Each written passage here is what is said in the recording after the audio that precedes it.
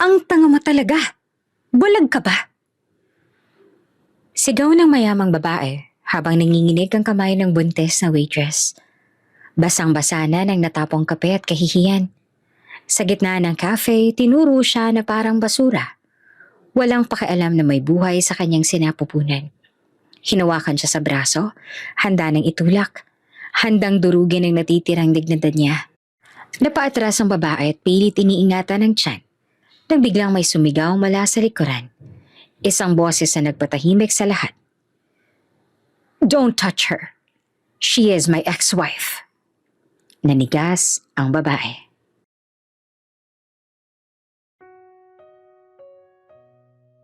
Maaga pa lang gising na ang syudad. Ngunit sa loob ng isang high-end cafe sa gitna ng business district, may katahimikang tila nakababad sa malamig na hangin. Amoy na bagong giling na kape. Banayad na tugtog ng jazz at ang maingat na pag-aayos sa mga mesa ang bumubuo sa ritual ng umaga. Dito pumapasok si Lara araw-araw. Mas maaga kesa sa karamihan. Tahimik na parang anino. Bitbit niya ang mop sa isang kamay at ang maliit na bag sa kabila. Maluwag ang uniforme, isang sukat na mas malaki kesa sa dati, na sinadya niyang piliin. Sa unang tingin, isa lang siyang simpleng waitress janitress. Maamong mukha, buhok na mahigpit na nakapusod at mga mata na laging tila nagmamadali. Pero kung titignan ng mabuti, makikita ang pagod na hindi na kayang itago ng pulbos. May bahagyang pamamaga ang paa at sa bawat hakbang ay may ingat. Parang may binabantayang lihim. Inayos ni Lara ang mga upuan. Pinunasan ng salamin at siniguro ang kinang ng counter. Kapag may dumadaan na kapwa staff, ngumingiti siya. Isang pilit ngunit magalang na ngiti. "Good morning," sabi niya na palaging mahinahon. Walang reklamo, walang tanong. Sanay na siyang hindi mapansin. Sa locker room, maingat siyang huminga bago isuot ang apron. Tumingin siya sa salamin sandali at binaba agad ang tingin. Parang natatakot siyang makita ang refleksyon ng sarili. Dahan-dahan niyang inilipat ang kamay sa tiyan. Halos hindi halata sa ilalim ng maluwag na tela. Isang munting galaw lang, sapat para ipaalala sa sarili ang responsibilidad na daladala niya. "Konti na lang," bulong niya. Hindi malinaw kung para kanino. Para sa sarili o para sa buhay na nasa loob niya. Sa pagbukas ng cafe, pumasok ang mga unang customer, mga nakasuit na professional, mga babaeng naka-heels, mga taong sanay sa mamahaling kape at mabilis na serbisyo. Si Lara ay nananatili sa gilid, nagwawalis, nag-aayos, naglilinis ng mga natapong asukal. Iniwasan niyang tumayo ng matagal. Natutunan na ang katawan niya ang ritmo ng pag-iingat. May dumating na order sa mesa. Kinuha niya ang tray, sinigurong balanse, at maingat na naglakad. Sa bawat hakbang pinipigil niya ang paghinga. Hindi dahil mabigat ang tray, kundi dahil ayaw niyang mapansin ang bigat na hindi nakikita. "Miss," tawag ng isang barista. "Pakilinisan yung sa bandang bintana?" "Oo," sagot ni Lara na agad na tumango. Walang tanong kung bakit siya ang laging tinatawag para sa ganitong gawain. Mas madali yun, mas ligtas, kesa naman magdala ng maraming order sa gitna ng mata ng mga tao. Habang pinupunasan niya ang sahig sa may bintana, nasilayan niya ang sariling sa refleksyon ng salamin. Ang umagang sikat ng araw ay sumasalamin sa kanyang mukha at sa likod ng kanyang mga mata, may kwentong ayaw magpahuli. Mabilis siyang umiwas, ibinaling ang atensyon sa sahig. May dumaan na 2 waitress na nagkakwentuhan. Tumawa sila. May halong bulungan. Hindi tungkol sa kanya, pero ramdam niya ang distansya. Matagal na siyang natutong manahimik. Umiwas sa usapan, umiwas sa tanong na, "Kailan ka mag-aasawa?" O "Bakit parang tumataba ka?" Mas madali ang katahimikan. Sa loob ng ilang segundo, huminto si Lara sa pagwawalis. Pumikit siya at huminga ng malalim. May kirot sa likod. Isang paalala ng pagod at ng panahon. Sa isip niya, may boses na marahang nagsalita. Isang tinig na matagal niya nang kinakausap tuwing umaga. Hindi lahat ng sugat, kita sa balat. Parang alo ng mga alaala. Mga salitang hindi nasabi, mga pintuang isinara, mga pangarap na tinahak mag-isa. Ngunit mabilis niya itong itinaboy. Hindi ito ang oras. Hindi ito ang lugar. Tumunog ang bell sa pinto. May bagong pumasok. Mga yabag na may kumpiyansa. Ang tunog ng takong na tumatama sa sahig. Napatingin si Lara. Hindi dahil sa usisa, kundi dahil may kung anong bigat na biglang bumaba sa dibdib niya. Isang kakaibang kaba. Walang malinaw na dahilan. Muli niyang inayos ang mop. Itinuloy ang paglilinis. Focus. Bulong niya sa sarili. Trabaho lang. Sa counter may narinig siyang bahagyang pagtaas ng boses. Isang reklamo tungkol sa oras, sa pila, sa kalidad. Hindi niya pinansin. Sanay na siya sa ganon. Ang cafe na to ay tahanan ng mga taong sanay nang may nasusunod. Habang patuloy ang umaga, patuloy din ang kanyang pag-iingat. Hindi siya umiinom ng kape, tubig lang. Hindi siya tumatawa ng malakas. Hindi siya nagmamadali. Bawat galaw ay kalkulado. Bawat hakbang ay may paalala na mag-ingat. Sa isang sulok, saglit siyang nakaupo. Nagkunwaring inaayos ang apron. Muli niyang hinaplos ang tiyan. Mas matagal ngayon, mas marahan. May init sa palad niya. May tibok na parang sagot sa kanyang pagod. Para sa'yo. Bulong niya na halos hindi marinig. Sa labas tuloy ang buhay. Mga kotse, mga busina, mga taong may kanya-kanyang laban. Sa loob ng cafe tila payapa ang lahat. Ngunit sa puso ni Lara, may bagyong tahimik na naghihintay ng tamang sandali. At sa umagang iyon, na nagsimula sa katahimikan, may paparating na sigaw na dudurog sa ilusyon ng kapayapaan. Hindi pa niya alam, pero ramdam na ng puso niya. Bumukas ang pintuan ng cafe nang may kasamang tunog ng maliit na kampana. Malinaw, matinis, at agad na umagaw ng atensyon ng lahat sa loob. Tumigil sandali ang mga kilos ng staff. May instinct silang natutunan sa paglipas ng panahon. Isang pakiramdam na may pumasok na hindi ordinaryong customer at hindi nga sila nagkamali. Pumasok si Camille na parang ang buong lugar ay pag-aari niya. Matangkad, tuwid ang tindig. Suot ang isang fitted na designer dress na halatang bago at mahal. Kumintabang hikaw na may diamante sa bawat galaw ng ulo niya. Ang kanyang buhok ay maayos na nakastyle. Walang hibla ang lumilihis. At ang pabango niya, matapang, ngunit sosyal. Agad na kumalat sa hangin. Humalo sa amoy ng kape at tinapay. Isang tingin lang niya sa paligid at tila may hinusgahan na kaagad. Ani at bahagyang umismed habang sinisiyasat ang mga mesa. Ang sahig, ang mga tao. May kasunod siyang dalawang kaibigan. Parehong naka-heels, parehong tahimik. Parehong halatang sanay nang sumunod sa tempo niya. Ngunit si Camille ang sentro. Palaging siya. Sa counter agad na lumapit ang isang barista na may pilit na ngiti. Good morning, ma'am. Welcome. Ang bagal. Puto talaga ni Camille, hindi malang tumingin sa pangalan sa name tag. Ilang minuto na ako nakatayo rito. Napatingin ang barista sa orasan. Wala pa namang isang minuto. Paumanhin po, ma'am. Every time. Reklamo ni Camille habang tinatanggal ang sunglasses niya at inalapag sa counter na parang may bigat na mensahe. Ganito ba talaga dito? High-end cafe pero parang karinderyang serbisyo. Tahimik ang paligid. Ang ibang customer ay nagkunwaring abala sa cellphone o kape. Pero malinaw na nakikinig.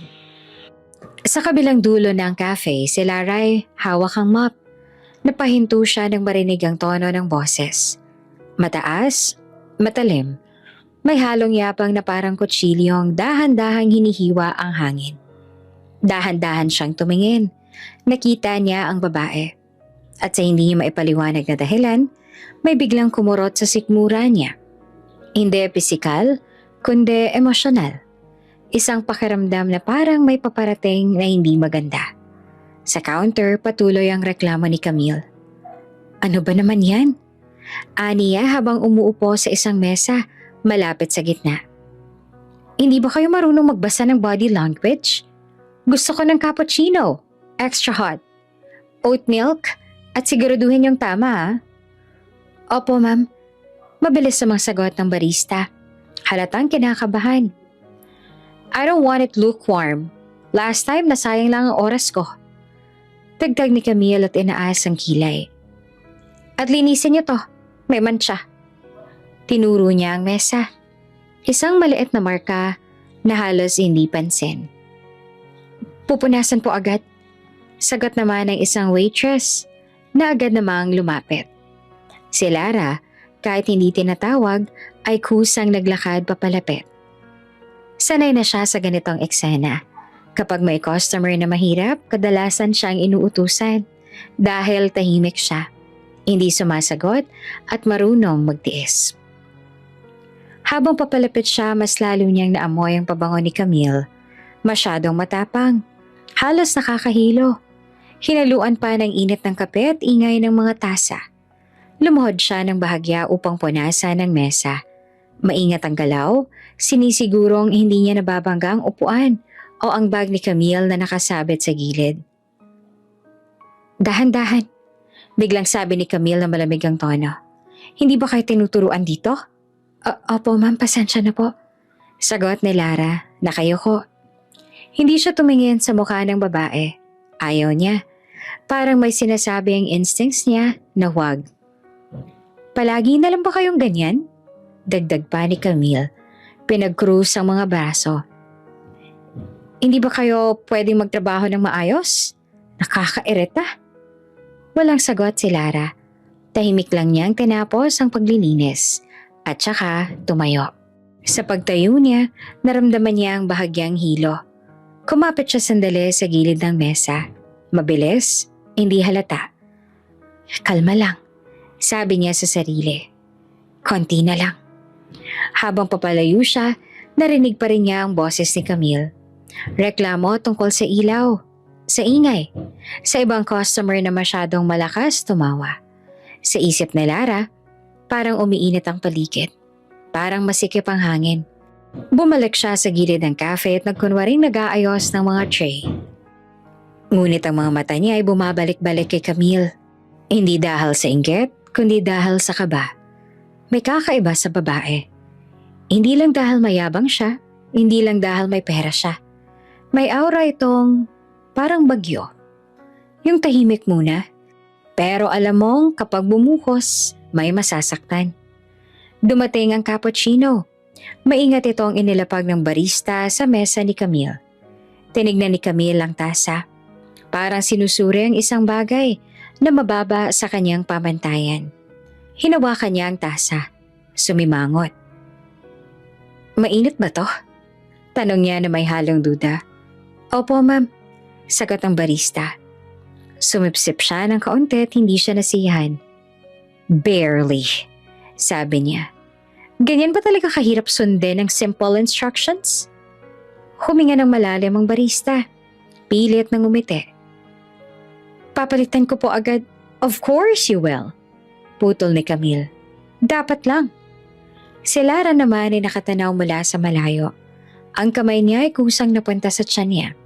Isang reflex na hindi niya napansin agad. Parang may gustong ipaalala ang katawan niya. May masamang mangyayari. Hindi niya alam kung bakit, pero ramdam niya. Ang ingay ng cafe tila lumabo sa tenga niya. Ang tanging malinaw na lang ay ang tunog ng boses ni Camille. Paulit-ulit, matalim, walang pakialam. At sa bawat segundo na lumilipas, parang unti-unti ring hinihigop ng tensyon ang buong lugar. Isang simpleng umaga, isang ordinaryong cafe, ngunit sa gitna ng pabango, kape at artipisyal na ngiti, may paparating na sandali na babasag sa katahimikan. At si Lara, kahit pilit na iwasan, ay nasa gitna mismo nito. Hindi pa ngayon, pero malapit na. May mga sandali sa buhay na parang napakaliit. Isang maling hakbang, isang segundo ng kawalan ng balanse, pero sapat para tuluyang magbago ang lahat. At iyon ang sandaling iyon para kay Lara. Abala ang cafe, mas dumadami na ang tao. Mas naging mabilis ang galaw ng mga staff. Tumataas ang ingay ng mga tasa. Ang mahinang usapan ng mga customer, ang paulit-ulit na paglabas-masok ng pinto. Humahalo sa hangin ang amoy ng espresso, mainit na gatas at matatamis na pastry. Si Lara ay may hawak na basahan at maliit na balde. Inutusan siyang punasan ng sahig malapit sa gitna. Sa bandang mesa ni Camille, maingat siyang naglakad. Ramdam niya ang pagod sa bawat hakbang. Mabigat ang pakaramdam ng katawan niya. Parang mas mabagal kaysa sa takbo ng paligid. Ngunit, hindi siya nagrereklamo. Hindi niya pwedeng gawin yon. Habang lumuluhod siya para punasan ng sahig, narinig niya ang boses ni Camille sa likuran. Reklamo na naman. May halong iritasyon. Honestly, nakakawala ng gana. Sabi ni Camille sa kausap, na sapat ang lakas para marinig ng lahat. Hindi ko alam kung bakit ako pumapayag sa ganitong klase ng lugar. Huminga ng malalim si Lara. Ignore, sabi niya sa sarili. Konti na lang. Tumayo siya para ilipat ang balde. At sa sandaling yon, may bahagyang basa sa sahig. Hindi niya napansin agad. Isang manipes sa patak ng tubig na kumintab sa ilaw. Isang hakbang, isang segundo. At nadula siya. Hindi malakas, hindi dramatic. Isang bahagyang pagkawala lang ng balanse, pero sapat para mawala sa ayos ang hawak niya. Ay! Mula sa kabilang mesa ay may waitress na may dalang tray ng mainit na kape. Papunta kay Camille. Sa gulat at biglang galaw ni Lara, nabangga niya ang gilid ng tray. Parang slow motion ang lahat. Umingay ang tasa habang bumitaw sa tray. Umikat sa hangin ang mainit na likido. Kayumanggi, umuusok at may amoy ng sariwang templa. At bago pa makapagsalita ang kahit na sino, splash! Tumama ang kape sa harap ng designer dress ni Camille. Isang malinaw, madilim naman siyang agad na kumalat sa mamahaling tela. May kasunod na patak sa sahig. May bahagyang usok na umangat. Amoy sunog na gatas at kape ang pumuno sa hangin. Tumigil ang oras, literal. Walang nagsalita. Walang gumalaw. Ang tunog ng kutsara na nahulog sa mesa sa malayo ay parang umalingaw-ngaw sa buong cafe. Si Lara ay naniga sa kinatatayuan niya. Nanlamig ang buong katawan niya. Nakatitig siya sa mantsa sa damit ni Camille. Parang iyon lang ang sentro ng mundo. Ma'am, pasensya na po. Nauutal niyang sabi. Nanginginig ang boses. Hindi pa agad nagsalita si Camille. Tinitigan niya lang ang damit niya. Dahan-dahan. Parang hindi siya makapaniwala. Hinawakan niya ang tela at ramdam ang basa at init. Tumingin siya sa kamay niya. May bahid ng kape. At doon, biglang nag-iba ang aura ng buong cafe. Isang maikling katahimikan. Mabigat, nakakasakal. Ang ibang customer ay napatingin. May tumigil sa pagsubo. May nagtaas ng kilay. May humawak sa cellphone. Para bang may inaabang ang mangyayari. Si Lara ay kusang hinawakan ng tiyan niya. Isang reflex ng takot. Hindi dahil sa galit na darating, kundi dahil sa kaba na baka masaktan ng baby kapag may mangyari. Pasensya na po talaga. Ulit niya ng mas mahina. Hindi ko po sinasadya. Dahan-dahan tumayo si Camille. Ang tunog ng upuan na kinaladkad niya paatras ay uminit. Tila babala. Hindi mo sinasadya? Tanong niya na mababa ang boses.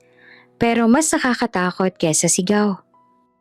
Tumingin siya kay Lara mula ulo hanggang paa. Parang sinusukat ang halaga niya. Alam mo ba kung magkano ang suot ko? Dagdag ni Camille. Dahan-dahan. Bawat salita ay may diin. Tahimik ang paligid. Ang aircon ay parang mas lumalakas ang ugong. Ang amoy ng kape ay mas tumapang. Ma'am, babayaran po namin. Singit ng barista pero mabilis siyang pinatahimik ng isang tingin ni Camille. Hindi ikaw ang kausap ko. Bumalik ang tingin niya kay Lara. Ang mga mata ni Lara ay namumuo na ang luha pero pinipigilan niya. Ayaw niyang umiyak. Ayaw niyang mukhang mahina. Please po, sabi niya na halos pabulong. Aayusin po namin. Aayusin? Ulit ni Camille na may halakhak na walang saya. Sa tingin mo maaayos to? Itinaas niya ang kamay niya. Itinura ang mantsa. Parang ebidensya sa isang krimen. May narinig namang bulungan sa likuran. Grabe, kawawa naman. Patayin. May isang customer na dahan-dahang itinaas ang cellphone. Kunwari, nagte-text pero malinaw na naka-video. Si Lara ay nakaramdam ng pagkahilo. Parang umiikot ang paligid. Kumapit siya sa gilid ng mesa para hindi matumba. At sa sandaling iyon, gusto niyang mawala. Gusto niyang umatras sa umagang tahimik. Kanina, bago pumasok ang babae, bago ang isang maling hakbang, ngunit huli na. Ang katahimikan ay unti-unting napalitan ng tensyon, parang kulog na paparating. At sa gitna ng cafe, sa gitna ng mga mata na nakatutok sa kanila, nakatayo si Lara. Basang-basa sa hiya, nanginginig sa takot, habang ang babaeng nasa harap niya ay tila handa ng pumutok. Ang bagyo'y hindi pa nagsisimula, pero naroon na ang unang patak. Bulag ka ba? Bumagsak ang sigaw ni Camille sa cafe na parang basag na salamin. Matalim, malakas at walang pakundangan. Alam mo ba kung magkano to? Nag-echo ang boses niya sa loob ng lugar. Parang huminto ang hangin. Ang mga kutsara sa mesa ay tila mas malakas ang tunog sa bawat galaw. Ang amoy ng kape na kanina'y nakakaaliw ay biglang nakakasalasok. Nanlaki ang mga mata ni Lara. Hindi siya nakaatras. Hindi rin siya makasagot agad. Parang may humigpit sa dibdib niya. Parang may kamay na pumisil sa lalamunan niya. Ma'am, please po. Nanginginig niyang sabi. Halos hindi marinig. Pasensya na po talaga, hindi ko po sinasadya. Ngunit hindi iyon narinig. O mas tama, ayaw pakinggan ni Camille. Hindi mo sinasadya? Ulit niya tumawa ng walang saya. Hindi mo sinasadya? Lumapit siya ng isang hakbang. Ang takong niya ay tumunog sa sahig. Malinaw, mabigat, parang babala. Ganyan ba talaga kayo? Tanong niya at itinaas ang boses. Mga taong walang alam, walang pakialam. Tapos sasabihin niyo, sorry? Maraming mata ang nakatutok sa kanila. May isang lalaki sa sulok na huminto sa pag-inom ng kape. May isang babae naman na napasinghap. Parang may pinapanood na eksena sa pelikula. May ilan na nagbubulungan. Grabe naman. Ang harsh. Pero kasalanan din niya eh. Si Lara ay kusang hinawakan ng tiyan niya. Hindi niya namalayan agad ang ginawa niyang iyon. Parang instinct. Parang proteksyon. Napansin naman niyon ni Camille. Tumitig siya sa kamay ni Lara at saka muling tumingin sa mukha nito. Ano yan? Tanong niya at may halong pangungutya. Drama? Para maawa kami? Hindi po. Mabilis sa sagot ni Lara at nanginginig ang boses. Masakit lang po. Masakit? Ulit ni Camille. Itinaas ang kilay. Mas masakit ang mawawalan ka ng trabaho. Parang may dumaan na malamig na hangin sa cafe. May isang staff na lumapit. Pilit na mahinahon. Ma'am, pag-usapan po natin to ng maayos. Tumahimik ka. Singhal ni Camille at hindi malang lumingon. Hindi ka kasama. Bumalik ang tingin niya kay Lara. Malapit na sila ngayon. Sapat para maramdaman ni Lara ang pabango ng babae. Matapang, halos nakakabingi. Alam mo ba? Dahan-dahang sabi ni Camille, pero mas nakakatakot kesa sigaw. Na isang tawag ko lang, mawawala ka dito. Napayo ko si Lara. Ramdam niya ang pamumuon ng luha sa mata niya. Pero pinipigilan niya. Hindi niya gustong umiyak sa harap ng lahat. Pasensya na po. Ulit niya. Gagawin ko po ang lahat para maayos to. Lahat? Tanong ni Camille. Kaya mo bang palitan ng damit ko? Tahimik si Lara. Walang sinagot. At doon, may tumawa. Isang maikling tawa sa likuran. Hindi malakas pero sapat na para marinig. Sinundan iyon ng isa pang tawa. May nagbulong, may nagkomento. Ang tanga naman. Hindi ba siya marunong mag-ingat? Ang ate ng customer pero kasalanan din talaga ng waitress ha. May isang cellphone na malinaw na nakatutok sa kanila ngayon. Hindi na nagkunwari ang may hawak. Naka-video. Si Lara ay nakaramdam ng hiya na parang apoy na umakyat mula paa hanggang ulo niya. Para bang gusto niyang matunaw sa kinatatayuan niya. Please po, sabi niya na mas mahina na ngayon. May dinadala po ako. Hindi niya na natapos ang pangungusap. Sabi ni Camille at biglang ngumiti ng ngiting walang kabaitan. Kaya pala. May kakaibang tingin siya kay Lara. Para ba nakakita ng kahinaan? Kaya ka pala ganyan. Dagdag niya. Responsable ka na nga. Dinadala mo pa yan dito? May collective gasp sa paligid. Ang isang barista ay napapikit. May isang waitress na napahawak sa bibig. Si Lara ay parang sinampal. Hindi dahil sa salita lang, kundi dahil sa paraan ng pagkakasabi nito. Walang awa, walang konsiderasyon. Hindi po ako, nagsimula siya. Pero wala na siyang lakas. Tumigil ka, putol ni Camille. Nakakairita ka. Tumigil ang oras para kay Lara. Ang ingay sa cafe ay parang lumayo. Ang tanging naririnig niya ay ang sariling tibok ng puso. Mabilis, magulo. Ramdam niya ang bigat sa tiyan niya. Ang takot na baka may mangyari. Hinaplos niya ang tiyan at mas mahigpit na ngayon. May isa pang customer na nagsalita. Pabulong pero may halong libang. Parang teleserye ah. May sumagot. Oo nga, kawawa yung babae ano? Ngunit walang gumalaw para tumulong. Walang humarang. Lahat ay nanonood. Si Camille ay muling tumaas ang boses. O ano? Iiyak ka na ba? Hindi naman sumagot si Lara. Hindi niya na kaya.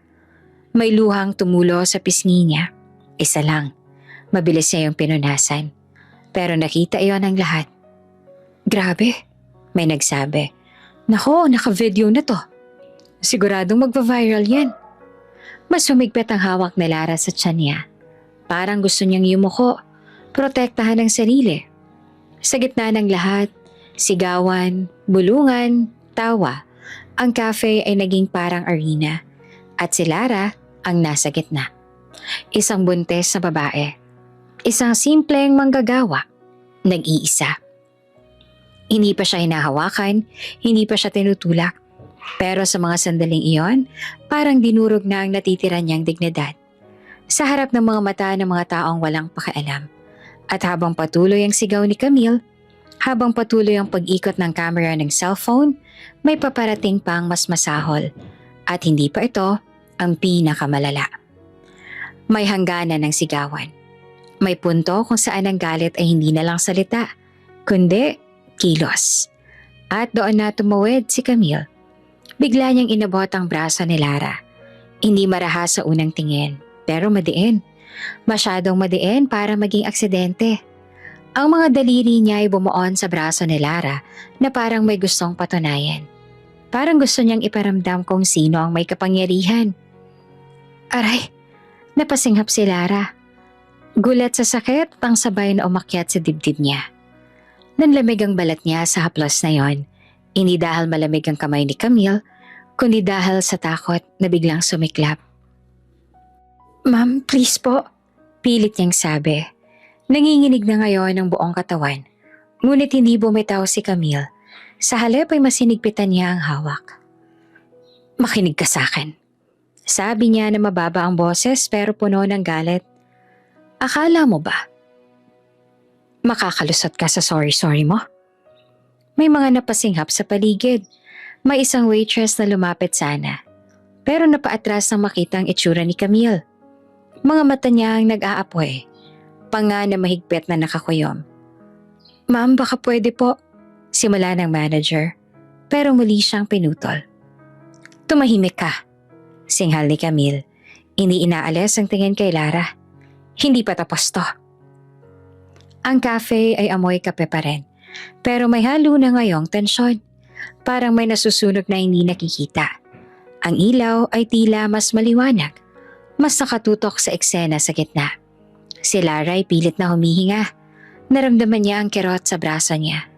Ang panginginig ng mga tuhod niya. Ang kamay niya ay kusang bumaba sa tiyan. Proteksyon, panalangin.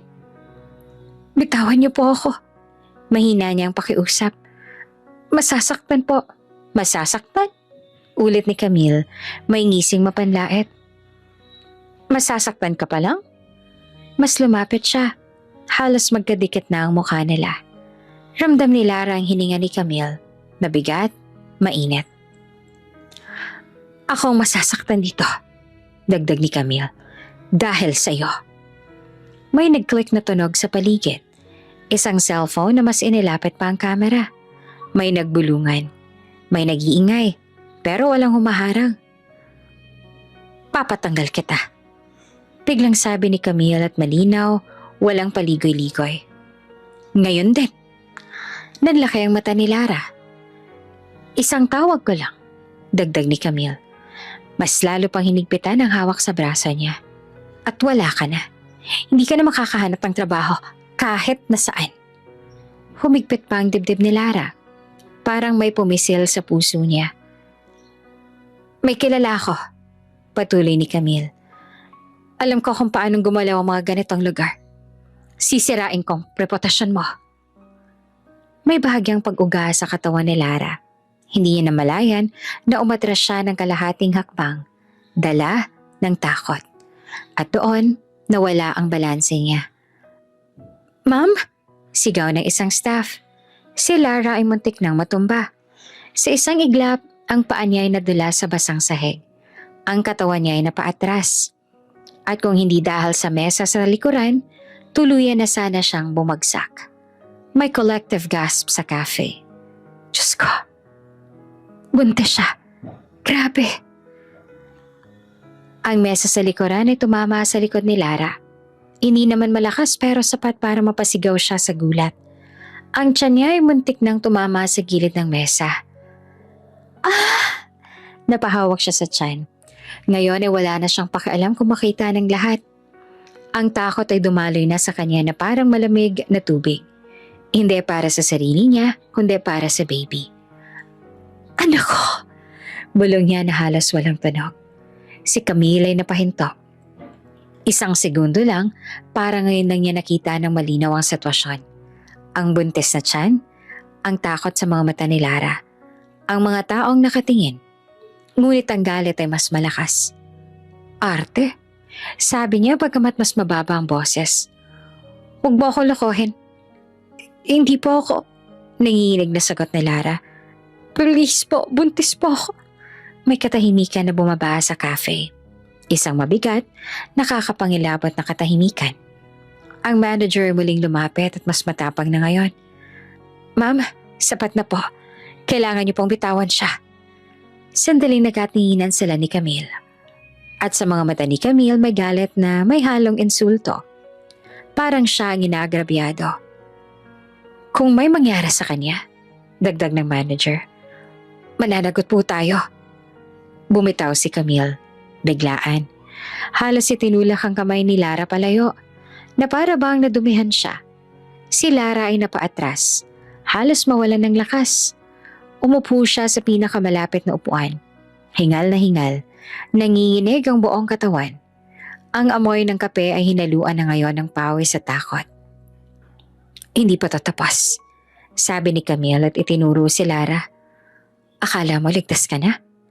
Tumingin siya sa paligid, sa mga staff, sa manager at sa mga customers na nanonood. Lahat kayo, dagdag niya. Makakarinig pa tungkol dito. Isinuot niyang muli ang sunglasses niya bagamat nasa loob pa rin ng cafe. Isang kilos na parang pagtatakip. Hindi sa mata, kundi sa konsensya. At habang papalayo siya ng ilang hakbang, tumigil siyang sandali. At ikaw, Sabi niya at hindi lumingon. Maganda ka. Dahil sisiguraduhin kong pagsisisihan mo ang araw na to. Umalis siya sa mesa.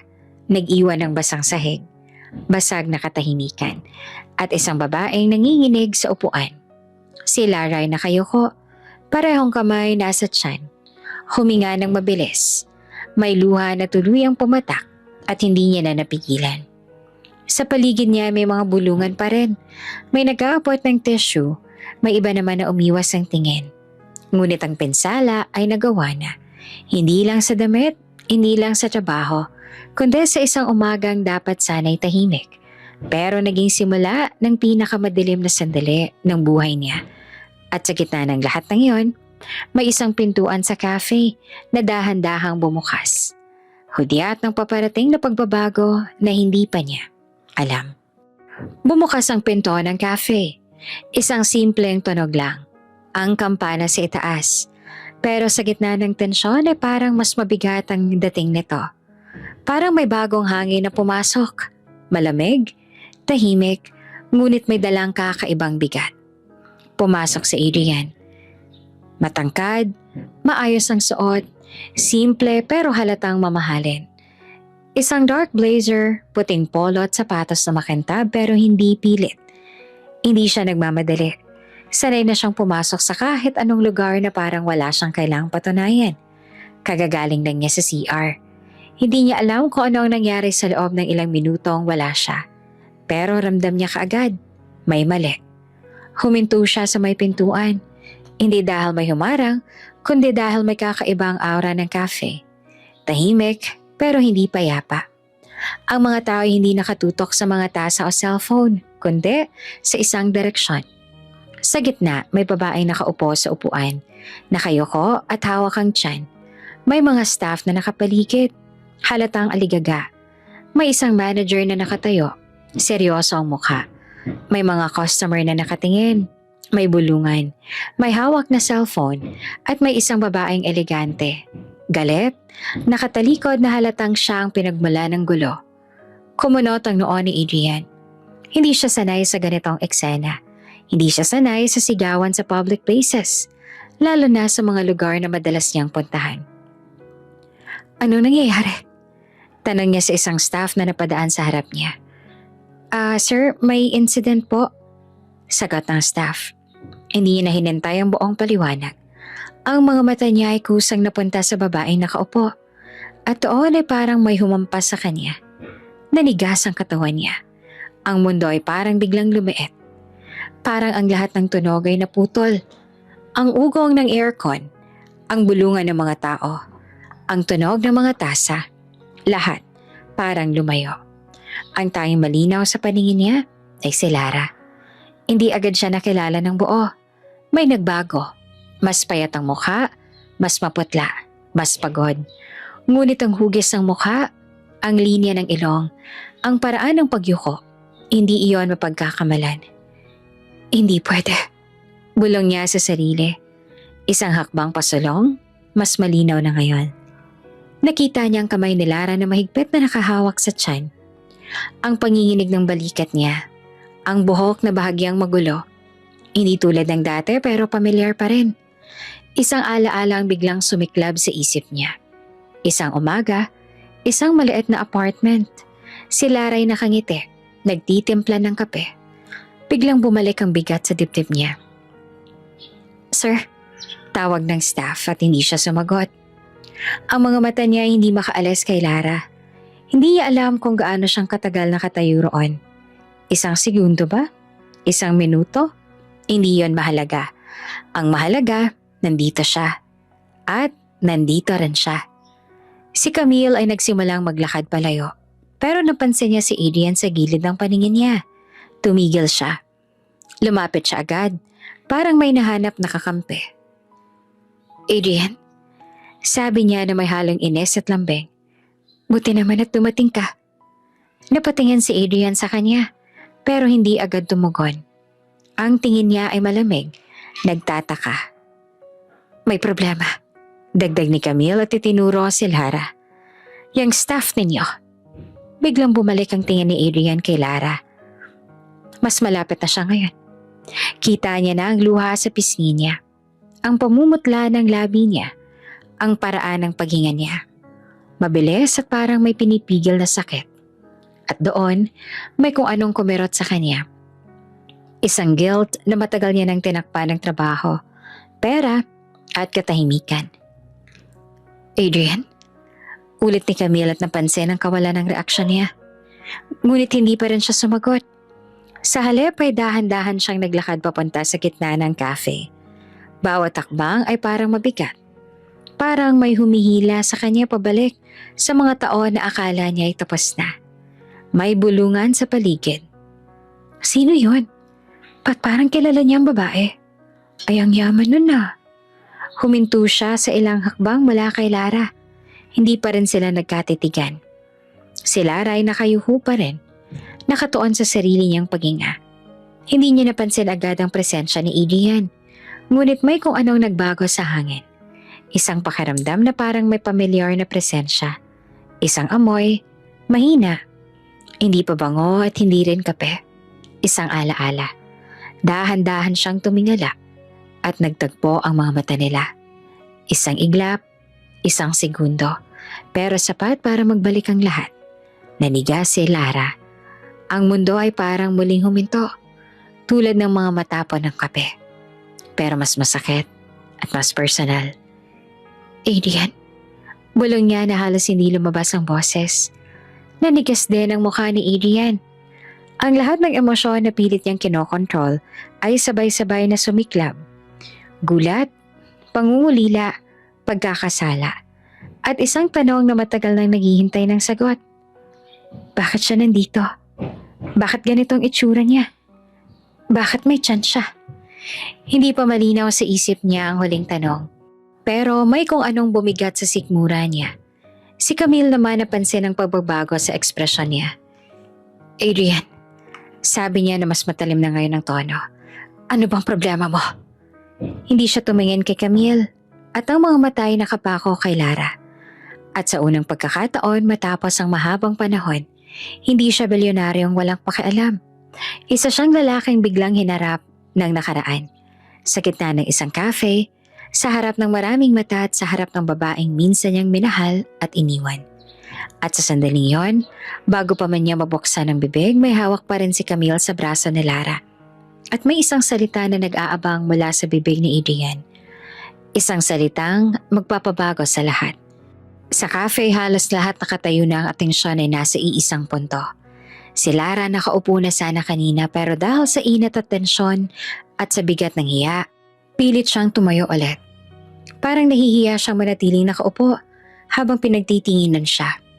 Nanginginig ang mga tuhod niya at ang dalawang kamay niya ay salitan. Isa sa tiyan, isa sa gilid ng mesa para hindi bumigay. Sa harap niya si Camille ay parang hindi pa tapos. Hindi sapat ang sigaw. Hindi sapat ang pananakot. Para bang gusto niya talagang makita si Lara na tuluyang gumuho. Akala mo ligtas ka? Malamig na sabi ni Camille. Ang boses ay hindi na sumisigaw, pero mas nakakatakot. Tingnan mo nga ang sarili mo. Si Lara ay napalunok. Ang lalamunan niya ay tuyo. Kahit ang amoy ng kape, na dati nakaka-comfort, ngayon ay parang amoy na ng usok. Mainit ang hangin sa paligid, kahit malamig ang aircon. Parang lahat ng mata ay apoy na nakatutok sa kanya. May narinig siyang bulungan sa likod. Yung lalaki, no? Parang mayaman. Bakit parang kilala niya? Uy, naka-video pa rin. At oo, nandun pa rin ang cellphone. Nakataas. Steady na parang naghihintay ng climax. Parang may taong mas gustong sumabog ang eksena kesa matapos. Si Camille ay lumapit ulit. Mas malapit kesa kanina. Halos tumama ang takong niya sa patak ng kape sa sahig. At kumintabi iyon sa ilaw. Ma'am, mahina at halos basag na sabi ni Lara. Tama na po, please. Hindi niya sinasadyang humawak ulit sa tiyan at parang otomatiko, parang ang katawan niya lang ang may utak ngayon. Protektahan mo. Nakita yon ni Camille at biglang tumawa na maikli. Yung tawa na walang saya. Huwag mo akong ginaganyan. Sabi niya tinaas ang kamay niya. At bago pa makailag si Lara, hinablot na ni Camille ang kamay niya. Hindi sa pulso lang, pati braso. Parang hinilan niya palabas sa sariling katawan niya. Napasinghap si Lara. Napapikit sa sakit at gulat. Kumirot ang braso niya, parang binuhusan ng yelo. Don't touch her. She's my ex-wife. Parang may sumabog na katahimikan. Walang umubo, walang gumalaw. At ang mga mata ni Camille ay nanlaki na parang nabasag ang mundo niya. Si Lara naman ay nanigas, parang tinamaan ng kidlat. At sa loob ng cafe, ang hangin ay biglang naging mas mabigat. Dahil sa isang simpleng iskandalo ay biglang naging isang lihim na nabunyag sa harap ng lahat. Parang may pumutok na tahimik na bomba sa loob ng cafe. Walang sumigaw, walang gumalaw. Pero ramdam ng lahat na may nagbago. Unti-unting bumaba ang kamay ni Camille. Hindi dahil gusto niya, kundi dahil parang naubusan siya ng lakas. No, mahinang sabi niya, halos hindi marinig. Hindi mo pwedeng sabihin yon. Pero huli na, nabitawan niya ang kamay ni Lara. Parang biglang bumagsak ang tensyon mula sa daliri niya. Dumaloy pababa at nagkalat sa sahig. Kasama ng natuyong kape at mga basag na tingin ng mga tao. Si Lara ay halos mawala ng balanse nang bumitaw ang hawak sa kanya. Isang hakbang paatras, isang mabilis na hawak sa gilid ng mesa. Ang hininga niya ay putol-putol, parang galing sa ilalim ng tubig. Ang kamay niya ay agad na bumalik sa tiyan niya, mas mahigpit na ngayon. Sa cafe, sabay-sabay na nagkatinginan ng mga tao. Ex-wife? Didn't he just say, wait, sila pala? May isang babae na napahawak sa bibig. May lalaking tumayo mula sa upuan. Ang manager ay napatigil at parang hindi alam kung anong protocol ang susundin sa ganitong klaseng iskandalo. Ang mga cellphone, imbes na ibaba, mas lalong tumaas. Parang may nanalo sa loto ng chismis. Grabe, may bumulong. Hindi to normal parang pelikula. Si Camille ay umatras ng isang hakbang. Parang siyang tinulak ng salita ni Adrian. Adrian, sabi niya na nanginginig ang boses. Ano ba sinasabi mo? Hindi siya sinagot agad ni Adrian. Ang mga mata niya ay hindi nakatingin kay Camille. Nakatutok ang tingin niya kay Lara. At doon niya nakita ng malinaw ang hindi niya agad napansin kanina. Ang tiyan. Hindi ito basta-bastang pagod na katawan. Hindi ito simpleng pagbigat ng uniforme. Buntis siya. Nanlaki ang mata ni Adrian. Parang may humampas sa kanya. Isang biglang realization na hindi niya inaasahan. Ang dibdib niya ay parang sinakal. Ang mundo ay parang muling umikot. Mas mabilis na ngayon. Lara, bulong niya na halos walang tunog. Ang mga mata niya ay bumaba. Mula sa mukha ni Lara, pababa sa kamay nitong nakahawak sa tiyan. Pababa sa umbok na pilit tinatago ng maluwag na uniforme. Hindi niya kailangang magbilang ng buwan. Hindi niya kailangang magtanong agad. May kutob na agad siyang naramdaman. Isang mabigat, malamig na kutob na parang sagot sa lahat ng tanong na matagal niyang tinakasan. Hindi pwede. Hindi ngayon. Hindi ganito. Si Lara ay napansin ang tingin niya. At doon bigla siyang napaatras. Parang biglang napasok. Wak, mahina niyang sabi na halos pakiusap. Huwag mo akong tingnan ng ganyan. Parang may hiya. Parang may takot. Parang may pader na agad niyang itinayo. Ang cafe ay muling napuno ng bulungan. Mas malakas na ngayon. Buntis siya? Sa kanya ba yan? Grabe, kaya pala. Si Camille ay napatingin sa tiyan ni Lara at parang doon lang tuluyang bumagsak ang katotohanan sa kanya. Hindi. Sabi niya na halos pasigaw. Hindi pwede. Lumapit siya ng kalahating hakbang kay Adrian, parang desperado. Adrian, sabihin mo sa kanila. Sabihin mong hindi totoo yan. Ngunit hindi pa rin tumingin si Adrian sa kanya. Ang tingin niya ay nananatili kay Lara, sa babaeng minsan niyang iniwan. At ngayon ay nakatayo sa harap niya na may dalang buhay na hindi niya alam. Gano'n nakatagal? Tanong niya na mababa ang boses, nanginginig sa dulo. Hindi naman sumagot si Lara. Ibinaba niya ang tingin na parang gusto niyang itago ang sarili. Parang gusto niyang bumalik sa umagang tahimik bago ang kape. bago ang sigaw, bago ang salitang ex-wife. Lara, ulit ni Adrian na mas malumanay na ngayon. Bakit hindi mo sinabi? Hindi mo tinanong. Mabilis na sagot ni Lara. May bahagyang tapang sa boses, pero halatang nasasaktan. At wala ka rin namang balak makinig noon. Parang sinampal si Adrian ng mga salitang yon. Napayuho siya sandali. Ang amoy ng cafe, kape, gatas, tinapay ay parang biglang bumigat sa ilong niya. Hindi na iyon amoy ng negosyo o umaga. Amoy iyon ng isang desisyong may kapalit. Ang manager ay sumingit, halatang aligaga. Sir, ma'am, baka pwede po nating later, sabi ni Adrian. Maikli pero malinaw. Hindi galit, pero may otoridad na hindi pwedeng baliwalain.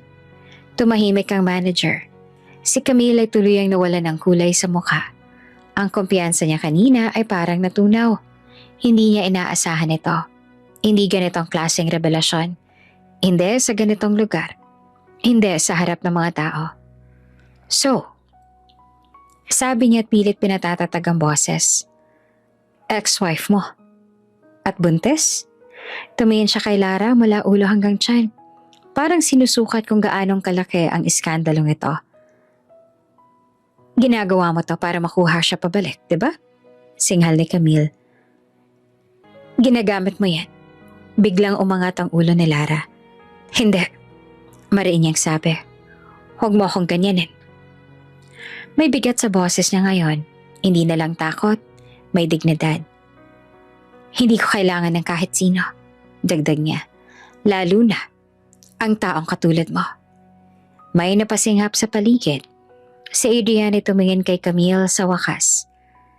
At sa tingin niyang yon, wala nang lambing. Wala nang pagtatanggol. Tama na, sabi niya. Ikaw ang lumampas. Adrian. Nagsimula si Camille pero pinutol siya ng katahimikan ng mga tao sa paligid. Si Lara naman ay muling napahawak sa tiyan niya at parang napagod bigla. Ang tuhod niya ay parang nangihina at napansin niya ni Adrian. Isang hakbang pasulong pero huminto siya. Parang natakot siyang lumapit. Parang natakot siyang wala na siyang karapatan. Okay ka lang ba? Tanong niya na mahina. Hindi naman agad sumagot si Lara. Tumingin siya sa paligid, sa mga cellphone, sa mga mata ng mga taong hindi niya kilala.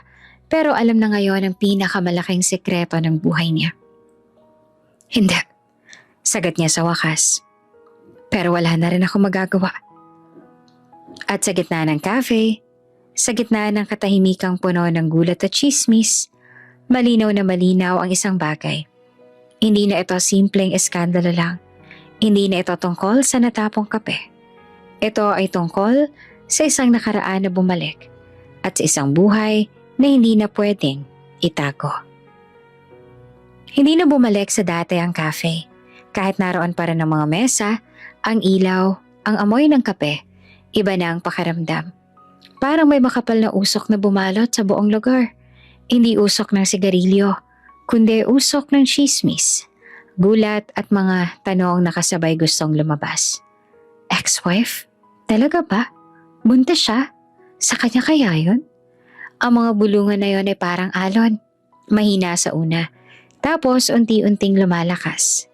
May mga customer na kunwari nag-uusap lang. Pero malinaw na ang paksa ay isa. May mga staff na nagkakatinginan. Hindi alam kung tutulong ba o mananatiling tahimik.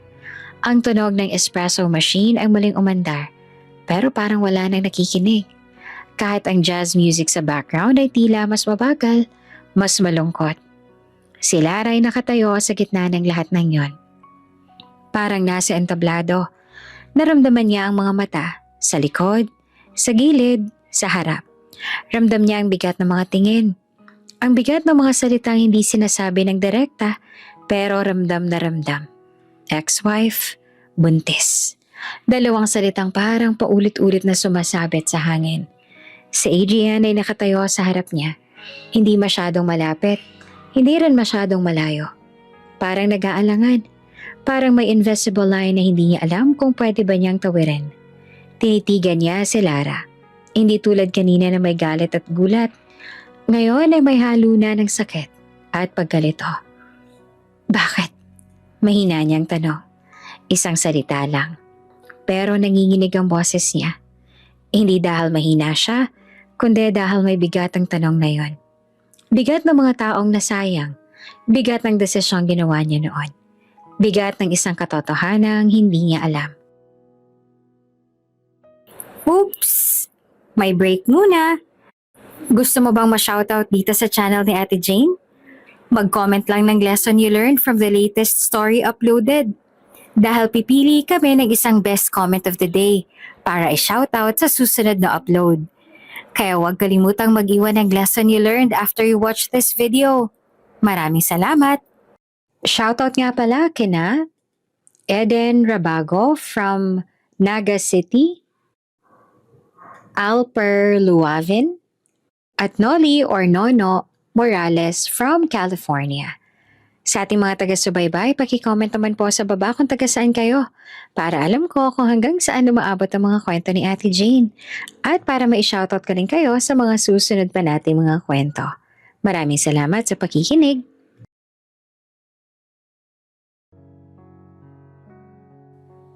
Bakit hindi mo sinabi? Dagdag niya na halos pabulong. Bakit ganito ko nalaman? Tumahimik si Lara. Hindi siya sumagot agad. Sa halip ay huminga siya ng malalim. Isang paghinga na parang pinipigilan ng lahat ng emosyon na gustong sumabog. Ang kamay niya ay nakahawak pa rin sa tiyan niya. Parang iyon lang nagbibigay sa kanya ng lakas para manatiling nakatayo. Sa paligid, mas lalong naging maingay ang bulungan. Ang yaman ng lalaki, no? Kaya pala ang tapang ng babae kanina. Kawawa rin naman siya. Si Camille ay nakatayo sa gilid, tahimik na ngayon. Hindi na siya ang sentro. At halatang hindi siya sanay sa ganitong pakiramdam. Si Adrian ay muling nagsalita. Mas mahina pa ngayon. Lara, tawag niya. Sabihin mo sa akin. Tumango ang ulo ni Lara. Hindi bilang sagot, kundi parang pag-amin na narinig niya. Ngunit imbes sa magsalita, dahan-dahan siyang umatras ng isang hakbang. Isa pa. At isa pa. Hanggang sa maramdaman niya ang likod ng upuan. Hindi siya tumingin kay Adrian. Sa halip, tumingin siya sa sahig. Sa mga patak ng kape na hindi pa tuluyang natutuyo. Sa mga bakas ng nangyari kanina. Parang gusto niyang ipaalala sa sarili na ito ang realidad. Na hindi ito panaginip. Hindi lahat ng tanong. Sabi niya sa wakas, may sagot sa oras na gusto mo. Tumingin siya sa gilid, sa mga taong nakikinig, sa mga cellphone na hindi pa rin ibinababa. Hindi dito, dagdag niya. May bahagyang galit sa boses niya. Hindi galit kay Adrian lang kundi sa sitwasyon, sa lugar, sa mga matang nakikialam. Lara, please. Sabi ni Adrian na mas malinaw ang pagkakataranta ngayon. Kailangan kong malaman. Doon na siya tumingala at sa unang pagkakataon matapos ang lahat ng nangyari, tumingin siya ng diretso sa kanya. Ang mga mata niya ay pula, hindi dahil sa iyak lang, kundi dahil sa pagod. Pagod sa pagtatago, pagod sa pagtitiis, pagod sa pagdadala ng isang lihim na siya lang ang may alam. Kailangan mo, ulit niya na mahinahon pero matalim. O gusto mo lang? Parang may tumama kay Adrian. Hindi siya agad nakasagot. Sa paligid ay may ilang customer na nagsimulang umalis. Hindi dahil tapos na ang drama, kundi dahil parang masyado na itong personal. Pero may iba pa ring nananatili. Parang ayaw palampasin ang susunod na eksena. Si Lara ay dahan-dahan ang tumalikod. Isang simpleng galaw pero may pader na biglang tinayo sa pagitan nila. Ayaw niya na makipag-usap, magpaliwanag. Hindi dito naharap sa lahat ng tao. Huwag na, sabi niya at nakatalikod pa rin. Tama na. Narinig naman ni Adrian ang bigat sa boses niya. Yung tapang na pilit. Ang lakas na galing sa sobrang pagod. Lara. Tawag niya ulit pero mas mahina na ngayon. Hindi siya lumingon. Sa halip ay dahan-dahan siyang naglakad palayo. Palabas ng gitna ng cafe. Palayo sa mga mata. Palayo sa mga tanong. Ang bawat takbang niya ay may kirot. Sa katawan, sa puso. May staff na nagtanong kung okay lang ba siya. Pero umiling lang siya. Ayaw niya nang magsalita. Ayaw niya nang marinig ang sarili niyang boses. Sa likuran niya ay nakatayo si Adrian. Parang niiwan sa gitna ng isang eksenang hindi niya kontrolado. Hindi niya alam kung susundan man niya si Lara o igagalang ang pagtalikod niya. At sa sandaling iyon, sa gitna ng cafe na puno ng amoy ng kape at mga salitang hindi nasabi, malinaw ang isang bagay. May isang lihim na matagal na niyang hindi alam.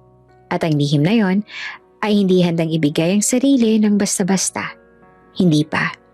Hindi sa ganitong paraan. Bago ang sigawan, bago ang kape, bago ang salitang ex-wife, may isang panahon na tahimik lang ang mundo ni Lara. Sa isang maliit na apartment sa gilid ng lungsod, gumigising siya tuwing umaga sa tunog ng busina at tahol ng aso sa labas. Manipis ang kortina, kaya pumapasok ang araw nang walang paalam. Ang sahig ay malamig, ang kusina ay masikip, at ang ref madalas halos walang laman. Pero payapa. Si Lara noon ay simple lang ang pangarap. Makabayad ang renta sa tamang oras, may makain araw-araw, at may trabahong hindi siya minamaliit. Nagtatrabaho siya sa isang maliit na cafe, hindi sosyal, hindi high-end. Amoy mantikilya at instant coffee ang loob. Luma ang mesa. May gasgas ang sahig pero may init ang lugar. May tawa, may kwento. Simple lang ang damit niya noon. Maong, plain na t-shirt, buhok na madalas naka-ponytail. Wala siyang alahas. Walang mamahaling pabango. Ang meron lang siya ay sipag at ngiting totoo. At doon niya siya nakilala, si Adrian. Hindi siya pumasok na parang may-ari ng mundo. Wala siyang driver. Wala siyang bodyguard. Isang lalaki naka-long sleeves na bahagyang gusot. May dalang laptop na halatang luma na at mukhang puyat. Umupo siya sa sulok, tahimik. Napansin siya ni Lara dahil bihira ang ganoong customer. Yung hindi nagmamadali, hindi nagrereklamo, at marunong maghintay. Order po? Tanong niya noon, dala ang maliit na notepad. Black coffee lang. Sagot ni Adrian at ngumiti ng kaunti kahit anong timpla. Natawa si Lara. Delikado po yan, baka sobrang tapang. Okay lang, sanay na. Iyon ang unang beses na nag-usap sila. Walang fireworks, walang dramatic na eksena, pero may something. Bumalik naman si Adrian kinabukasan at kinabukasan ulit. Minsan may dalang libro, minsan laptop, minsan wala, tulala lang, nakatingin sa bintana. Unti-unti naging pamilyar ang presensya niya. Usual? Tanong ni Lara isang araw. Usual, sagot ni Adrian at ngumiti na ngayon ng mas malinaw. Nagsimula ang kwentuhan, maikli sa una, tungkol sa trabaho, sa panahon, sa traffic, hanggang sa humaba, hanggang sa naging personal. Anong ginagawa mo? Tanong ni Lara minsan. May startup ako. Tech, maliit lang. Sagot ni Adrian. Okay lang yan. Lahat naman nagsisimula sa maliit. Tumingin si Adrian sa kanya noon. Parang may narinig siyang mahalaga. Naniniwala ka talaga doon? Tanong niya. Oo naman, sagot ni Lara. Walang pag-aalinlangan. Kung hindi ka maniniwala sa sarili mo, sino pa? Mula noon may kakaiba ng ningning sa mata ni Adrian tuwing nakikita si Lara. Naging sila. Hindi naman agad-agad, dahan-dahan. Mga lakad pagkatapos ng shift. Mga simpleng date. Street food, lakad sa park, upo sa bangketa habang nagkakwentuhan. Walang mamahaling regalo, walang grand gestures, pero may tawa, may pangarap. May mga gabing magkatabi silang nakahiga sa maliit na kama ni Lara. Kisame lang ang tinitingnan. Kapag yumaman ako, biro ni Adrian minsan, bibilang kita ng bahay na may masalaking kusina. Bakit kusina? Tanong ni Lara. Mahilig ka magluto. Sagot niya, at ayoko na makita kang nahihirapan. Ngumiti naman si Lara noon. Di ko naman kailangan ng malaking bahay. Anong kailangan mo? Tanong ni Adrian. Kasama, sagot niya. Yung hindi aalis. Tahimik si Adrian, pero hinawakan niya ang kamay ni Lara. At sa sandaling yon, naniwala si Lara. Lumipat sila sa mas maayos na apartment. Hindi pa maluho, pero mas maluwag. May sariling mesa si Adrian para sa trabaho. May mas maayos na kusina si Lara. Masaya pa rin sila. Hanggang sa nagsimula ang pagbabago. Unti-unti, halos hindi halanta. Mas kaunti ang oras, mas maikli ang usapan, mas madalas ang katahimikan na hindi komportable. Pero sa flashback na to sa simula, mahal pa nila ang isa't isa. Buong buo. Walang galit, walang hiya, walang sekreto. Isang lalaking may pangarap, isang babaeng handang maniwala, at isang pag-ibig na akala nila ay sapat para sa lahat. Hindi biglaan ang pagkasira ng kanilang relasyon. Hindi ito isang sigaw lang. Hindi ito isang malaking away. Minsan ito ay tahimik. Unti-unting nawawala ang init. Hanggang hindi mo na maramdaman kung kailan ka ba huling minahal. Nagsimula iyon ang tuluyang umangat ang negosyo ni Adrian. Mas maganda na ang suot niya, mas mahal ang relo sa pulso niya, mas madalas ang tawag ng cellphone niya. Meeting dito, investors doon, biyahe kung saan-saan. Sa simula, masaya si Lara para sa kanya. Proud ako sa'yo, sabi niya isang gabi habang naglalatag ng hapunan. Ang layo na ng narating mo. Ngumiti naman si Adrian, pero hindi na tulad ng dati. Hindi na yung ngiting may lambing. Isang mabilis na ngiti na lang. Tapos, balik sa laptop. Salamat. Sandali lang to ha. Pero ang sandali ay naging linggo. Ang linggo ay naging buwan. At si Lara ay unti-unting naging bahagi ng background. Parang kurtinang nandyan lang, pero hindi pinapansin. Mas dumalas sa mga gabing mag-isa siyang kumakain. Mas dumalas ang tunog ng susi sa pinto ng 10 oras ng gabi.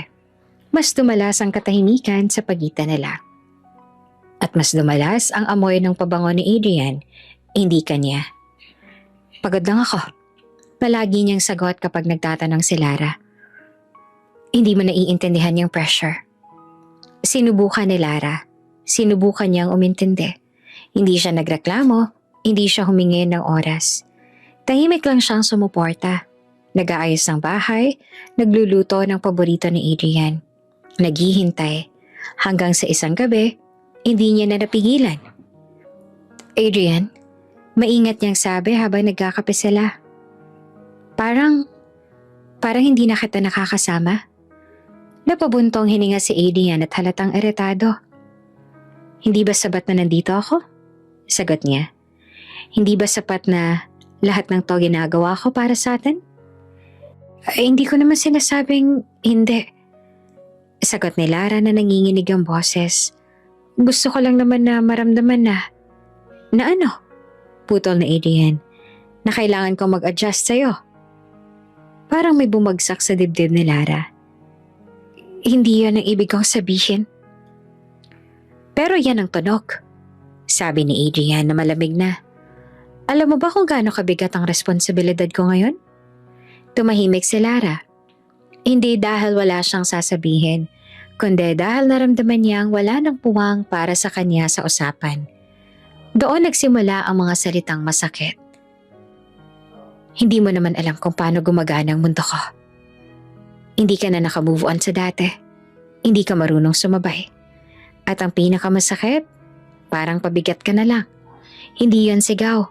Hindi iyon galit. Sinabi yon ni Adrian na parang isang simpleng katotohanan. Parang facts lang sa meeting. At doon tuluyang may nabasag sa loob ni Lara. Hindi siya sumagot, hindi siya umiyak sa harap niya. Ngunit kinagabihan, mag-isa siyang umiyak sa banyo. Tahimik, habang hawak ang tiyan niya. Isang lihim nakakalabas lang ng 2 guhit sa pregnancy test. Ilang araw bago iyon. Buntis siya. Hindi pa niya nasasabi. Hindi dahil ayaw niya, kundi dahil naghahanap siya ng tamang oras. Isang sandaling masaya. Isang sandaling handa si Adrian. Pero ang sandaling yon ay hindi na dumating. Dumating na lang ang gabi na may dalang desisyon. Lara, sabi ni Adrian isang gabi, diretso at walang paligoy-ligoy. Kailangan nating mag-usap. Alam na niya. Ramdam na niya. Parang may malamig na hangin sa loob ng apartment, kahit sarado ang bintana. Hindi na ako masaya, sabi ni Adrian. At sa tingin ko naman, ikaw rin. Gusto sanang sumigaw ni Lara. Gusto sanang sabihin ang totoo. Buntis ako at may anak tayo. Pero nang makita niya ang mukha ni Adrian, pagod, desidido, malamig, parang may pumigil sa kanya. Hindi na tayo pareho ng mundo, dagdag ni Adrian. At ayokong pilitin ang sarili ko. Tahimik si Lara. Mas mabuti pa siguro kung maghiwalay na tayo. Pagtatapos ni Adrian, parang may umalingaw-ngaw sa tenga ni Lara. Parang bumagal ang oras. Ganun na lang ba yun? Mahina niyang tanong, tumango si Adrian. Walang yakap, walang luha. Walang paalam na may pangakong babalik. Kinabukasan, umalis si Adrian dala ang ilang gamit. Hindi niya alam o hindi niya tinanong kung okay lang ba si Lara. At hindi rin sinabi ni Lara. Dahil sa sandaling yon, hindi niya alam kung galit ba siya, nasaktan o takot.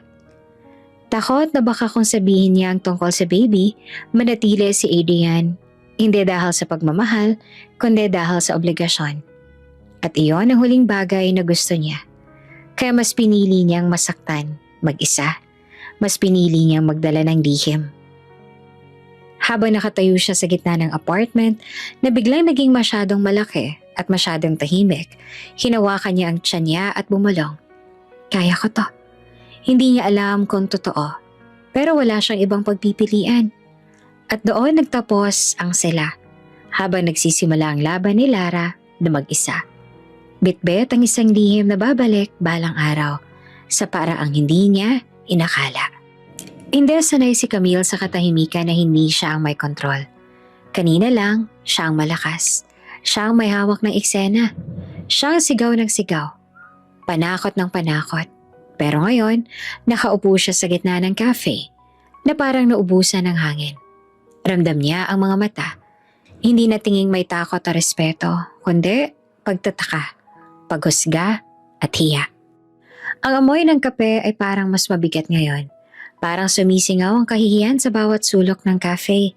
Ang mga bulungan na hindi napatago. Siya pala yung ex. Grabing ginawa niya, no? Akala mo kung sino. Napakuyom ang kamao ni Camille. Hindi siya sanay na siyang pinag-uusapan. Tumayo siya bigla. Ang takong niya ay malakas na tumama sa sahig.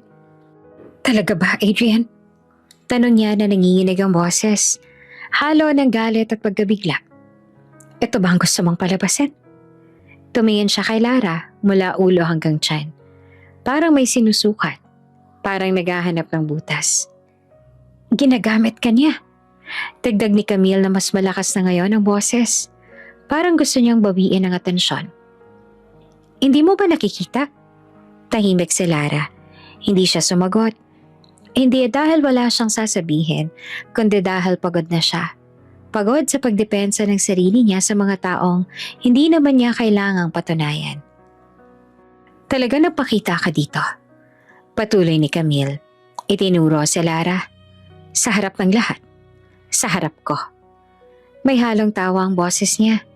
Isang tawang pilit, desperado. Hindi ba halata? Dagdag niya. Ginagamit mo ang anak mo para guluhin ang buhay niya. May ilang napasingap sa paligid. May isang customer na umiling. May staff na napayuko. Si Lara ay huminga ng malalim. Hindi ko siya ginamit. Sagot niya sa wakas. Mababa pero malinaw. At hindi kita kailangan para magpaliwanag. Tumaas ang kilay ni Camille. Talaga? Bakit ka nandito? Doon tumingin si Adrian kay Camille. At sa tingin niyang yon, wala nang natitirang lambing. Wala nang pagtatanggol. Sapat na. Sabi niya na maikli pero matatag. Napatigil naman si Camille. Adrian, hindi mo siya gaganyanin. Dagdag niya na mas mabigat ang tono.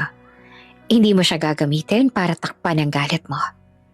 Parang sinampal si Camille. Galit? Ako pa ngayon ang galit? Tumawa siya pero halatang nanginginig. Kung hindi dahil sa kanya, kung hindi dahil sa'yo, putol ni Adrian, edi wala na sana tayo sa ganitong sitwasyon. Tahimik ang cafe. Ang jazz music ay tuloy pa rin. Pero parang mas malayo ang tunog. Parang ang buong lugar ay nakikinig. Lumampas ka, sabi ni Adrian at diretso ang tingin kay Camille. Sinaktan mo siya. Sa harap ng lahat. Hindi ko siya sinaktan. Depensa ni Camille, pero hindi nabuo ang tapang. Nagkamali lang siya. Buntis siya, maring sabi ni Adrian, at hinawakan mo siya. May biglang katahimikan. Si Camille ay napalunok at kita sa mukha niyang hiya, hindi dahil sa ginawa niya kundi dahil nahuli siya. Hindi mo alam ang pinagdadaanan niya. Patuloy ni Adrian at wala kang karapatan na bastusin siya. Sa unang pagkakataon ay naramdaman ni Lara na hindi niya inaasahan. Hindi awa o utang na loob, kundi proteksyon. Hindi niya naman hiniling yon. Hindi niya inaasahan, pero naroon iyon at malinaw. Si Camille ay napaatras ng isang hakbang. Ang mundo niya ay parang bumibitak. Ang lalaking inaasahan niyang kakampi ay malinaw na pumili ng panig. Adrian, sabi niya na mas mahina na ngayon. Akong kasama mo ngayon. Ngumiti naman si Adrian. Isang ngiting walang saya. Hindi ibig sabihin nun na tama ka. Parang may bumagsak sa loob ni Camille. Ang mga tao sa paligid hindi na nagkukuble ng reaksyon. May mga umiling. May mga nagbulungan. May mga hindi itinatago ang pagkainis.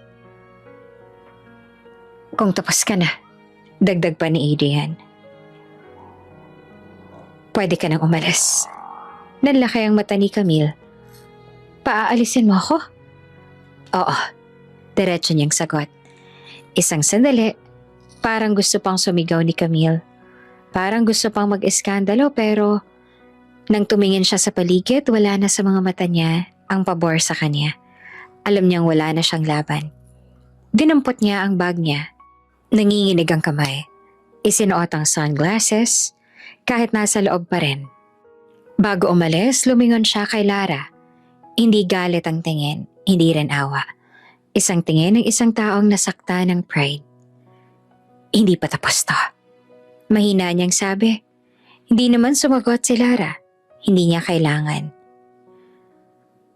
Umalis si Camille sa cafe. Iniwan ang katahimikan na puno ng usapan at usok ng chismis. Sa gitna ng lahat, nakatayo si Lara at Adrian. May distansya at may bigat. Hindi pa sila nag-uusap. Hindi pa sila okay. Pero sa unang pagkakataon matapos ang mahabang panahon, may isang taong tumayo sa tabi ni Lara.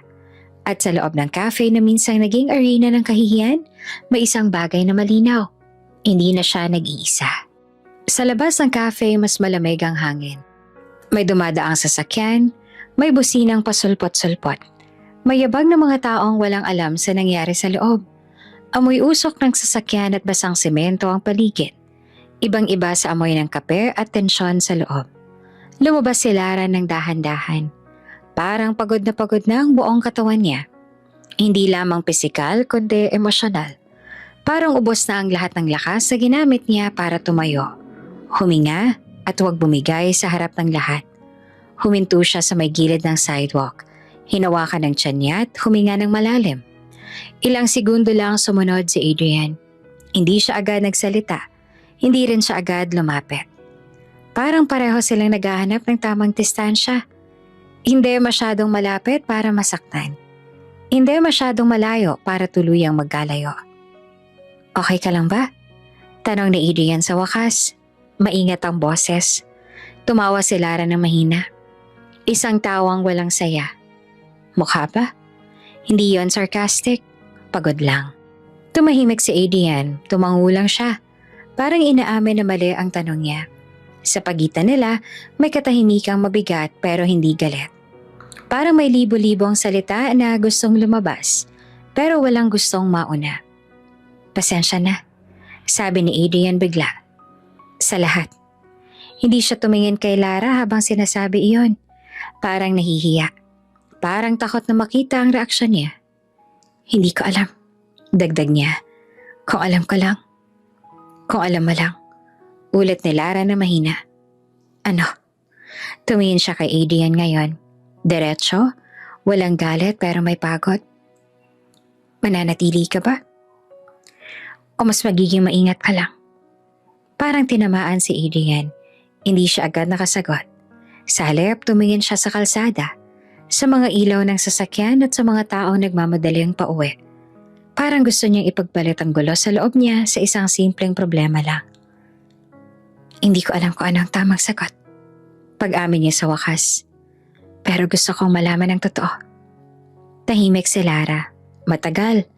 Parang pinag-iisipan niya kung karapat-dapat bang marinig ni Adrian ang susunod na sasabihin niya. Sa huli, huminga siya ng malalim. Anak mo to. 3 salita. Mahinang boses niya, walang drama, walang sigaw. Pero parang may bumagsak na mabigat sa dibdib ni Adrian. Ha? Mahina niyang sabit kahit malinaw niyang narinig. Anak mo. Ulit ni Lara na mas malinaw ngayon. Hindi ko sinabi noon. Hindi ko rin sinadya na dito mo malaman. Nanlaki ang mata ni Adrian. Parang biglang naghalo-halo ang mundo niya. Ang cafe, ang sigawan, ang nakaraan.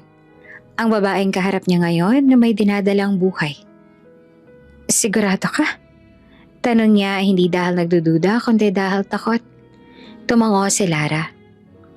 Oo. Tahimik si Adrian. Biglang namuo ang luha sa mata niya.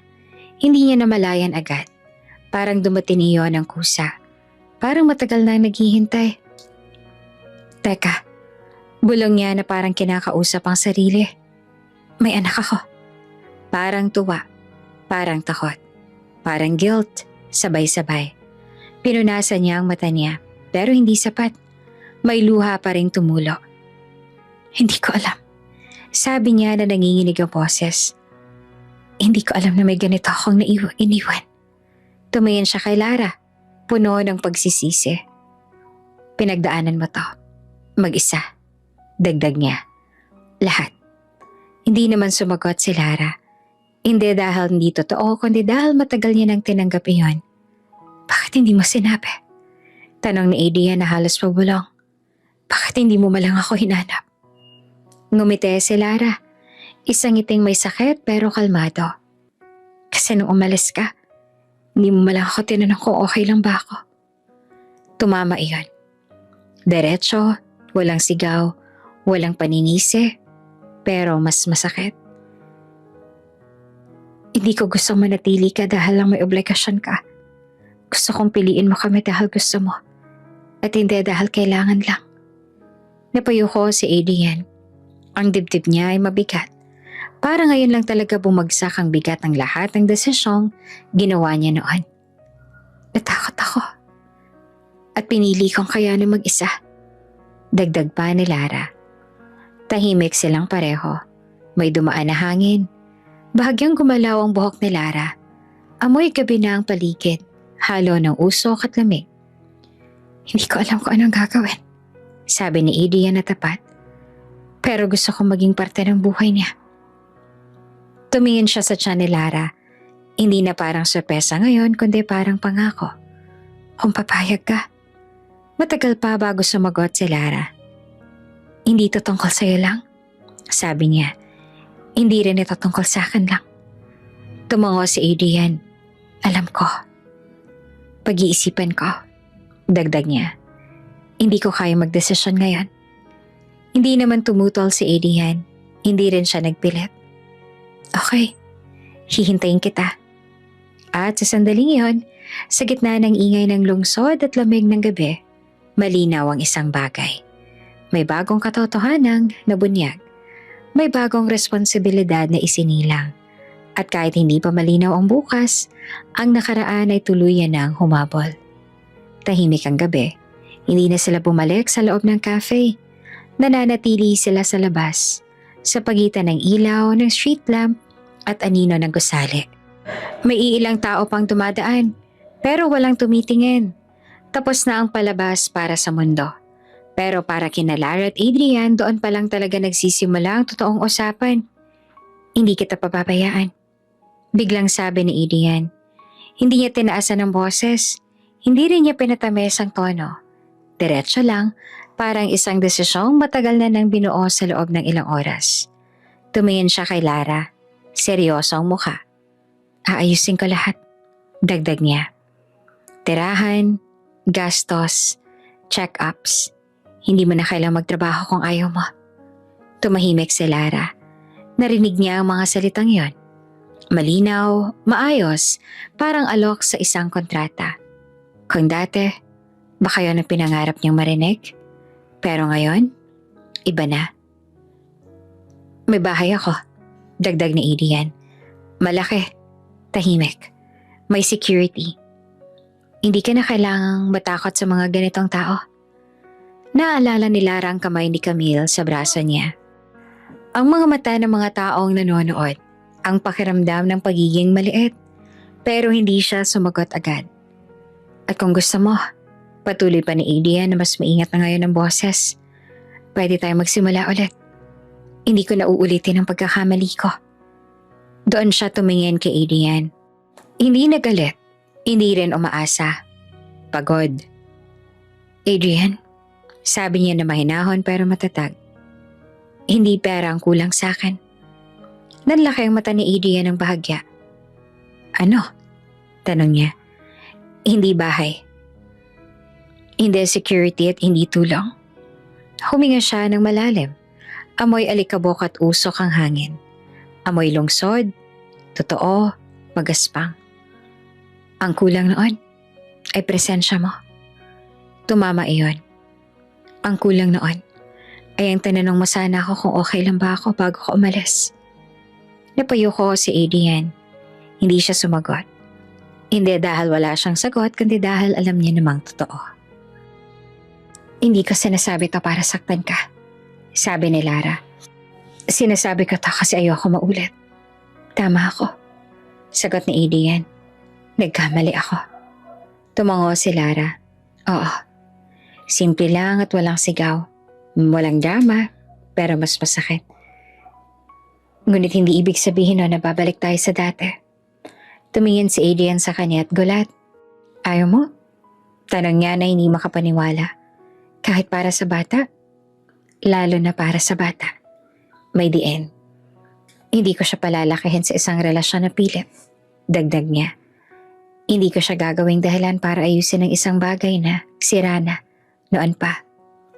Tahimik si Adrian. Ang mga ilaw ng sasakyan ay dumaan. Saglit na tinamaan ang mukha niya. Kita ang guilt, ang takot, at ang hindi niya inaasahang sagot. Hindi ko sinasabing ayaw kang maging ama. Dagdag ni Lara. May karapatan ka. Tumango si Adrian agad. Gagawin ko lahat. Pero may hangganan. Putol ni Lara na mahinahon pa rin. At kailangan mong respetuhin yon. Lumunok si Adrian. Hindi na ako yung babaeng iiwan mo tapos babalikan mo kapag handa ka na. Dagdag ni Lara. Hindi na ako ang maghihintay. Masakit yon. At alam nilang pareho. Natuto na ako. Sabi ni Lara na mahina pero buo. Natuto akong tumayong mag-isa. Matagal na katahimikan ang sumunod. Hindi ko hinihingi na piliin mo ako. Ang hinihingi ko lang kung papasok ka sa buhay namin, na sana'y buo ka. Tumingin si Adrian sa kanya, para ngayon lang talaga niya siya nakita. Hindi bilang ex-wife, kundi bilang isang ina na may sariling paninindigan. Hindi ko alam kung kaya kong patunayan yun kaagad. Pag-amin ni Adrian, pero gusto kong subukan. Tumango naman si Lara. Pwede. Bahagyang gumaan ang dibdib ni Adrian. Pero, dagdag ni Lara, tumingin siya ulit ang diretsyo. Hindi bilang asawa. Tahimik si Adrian. Isang maikling sandali. Parang may nawala sa kanya. Hindi muna. Pagtatapos ni Lara. At baka hindi na.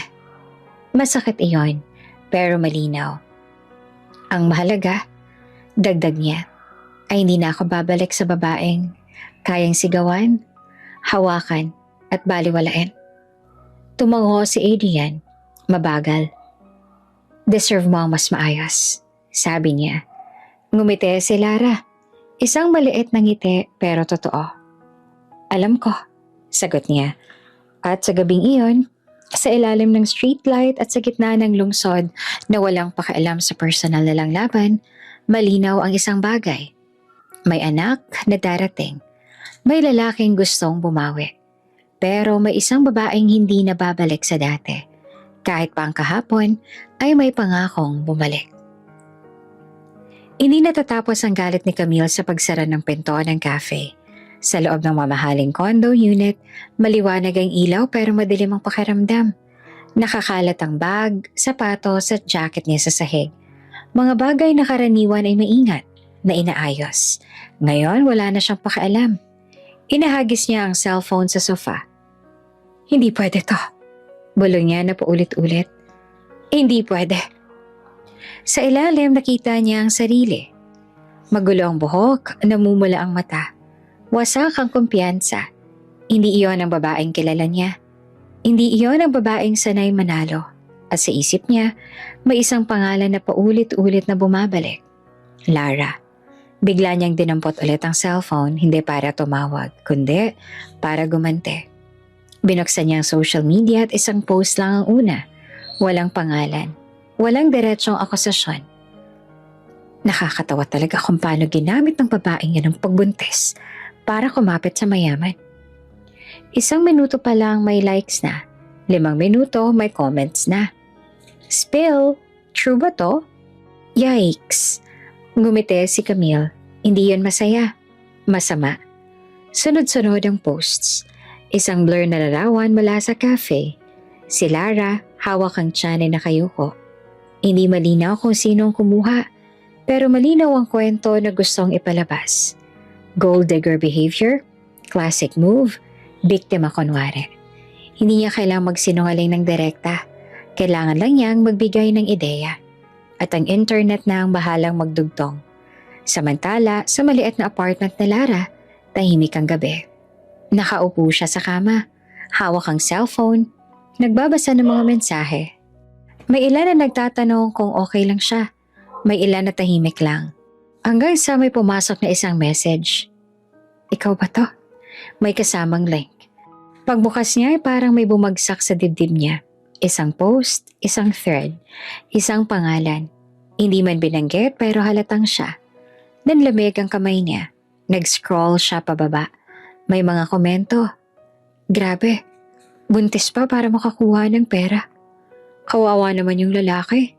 May mga ganyang babae talaga. Parang binubuhusan siya ng malamig na tubig. Hindi totoo. Bulong niya kahit mag-isa lang siya. Humawak siya sa tiyan niya. Parang doon lang siya kumukuha ng lakas. Kinabukasan, ramdam niya agad ang epekto. Pagpasok niya sa trabaho, ibang cafe. Hindi na yung dati. May kakaibang tingin ng ilan sa mga staff. May bulungan, may mga mata na mabilis umiwas. Lara, tawag ng supervisor niya na seryoso mukha. Pwede ka bang sandali? Sa maliit na opisina, amoy kape at papel. Sarado ang pinto. May reklamo kasi? Sabi ng supervisor, maingat ang tono. May kumalat na post online. May nagsabi na ikaw raw yan. Nanikip ang lalamunan ni Lara. Hindi po totoo. Mabilis siyang sagot. Wala po akong ginawang masama. Tumango ang supervisor. Hindi ko sinasabing totoo. Pero kailangan naming mag-ingat. Reputation ng cafe ito. Parang tinusok ang puso ni Lara. Ano pong ibig sabihin? Tanong niya kahit alam na niya. Mag-leave ka muna hanggang humupa. Paglabas niya ng opisina ay parang mas mabigat ang hangin. Ang amoy ng kape na dati nagbibigay sa kanya ng lakas, ngayon ay parang paalala ng lahat ng nawala. Pag-uwi niya, mas dumami pa ang posts. May vlog na nag-react. May meme na may caption. May mga taong hindi siya kilala. Pero galit na galit. Bakit ka umiiyak? Tanong ng kapitbahay niya na makasalubong siya sa hallway. Umiling lang si Lara. Sa loob ng apartment, umupo siya sa sahig. Nakasandal sa kama. Tahimik siyang umiiyak. Hindi malakas, hindi hysterical. Yung iyak na pagod. Ito bang kapalit ng pagiging tahimik? Ito bang parusa ng hindi pagsagot? Sa kabilang dulo ng lungsod, nakita ni Adrian ang balita. Isang headline, isang screenshot, isang pangalang pilit tinatago pero malinaw kung sino. Nanlaki ang mata niya. Hindi, sabi niya na madiin. Tinawagan niya si Lara agad. Hindi to sumagot. Tinawagan niya ulit. Sa ikatlong ring, sinagot ni Lara. Mahina ang boses. Lara. Pigil na sabi ni Adrian. Galit.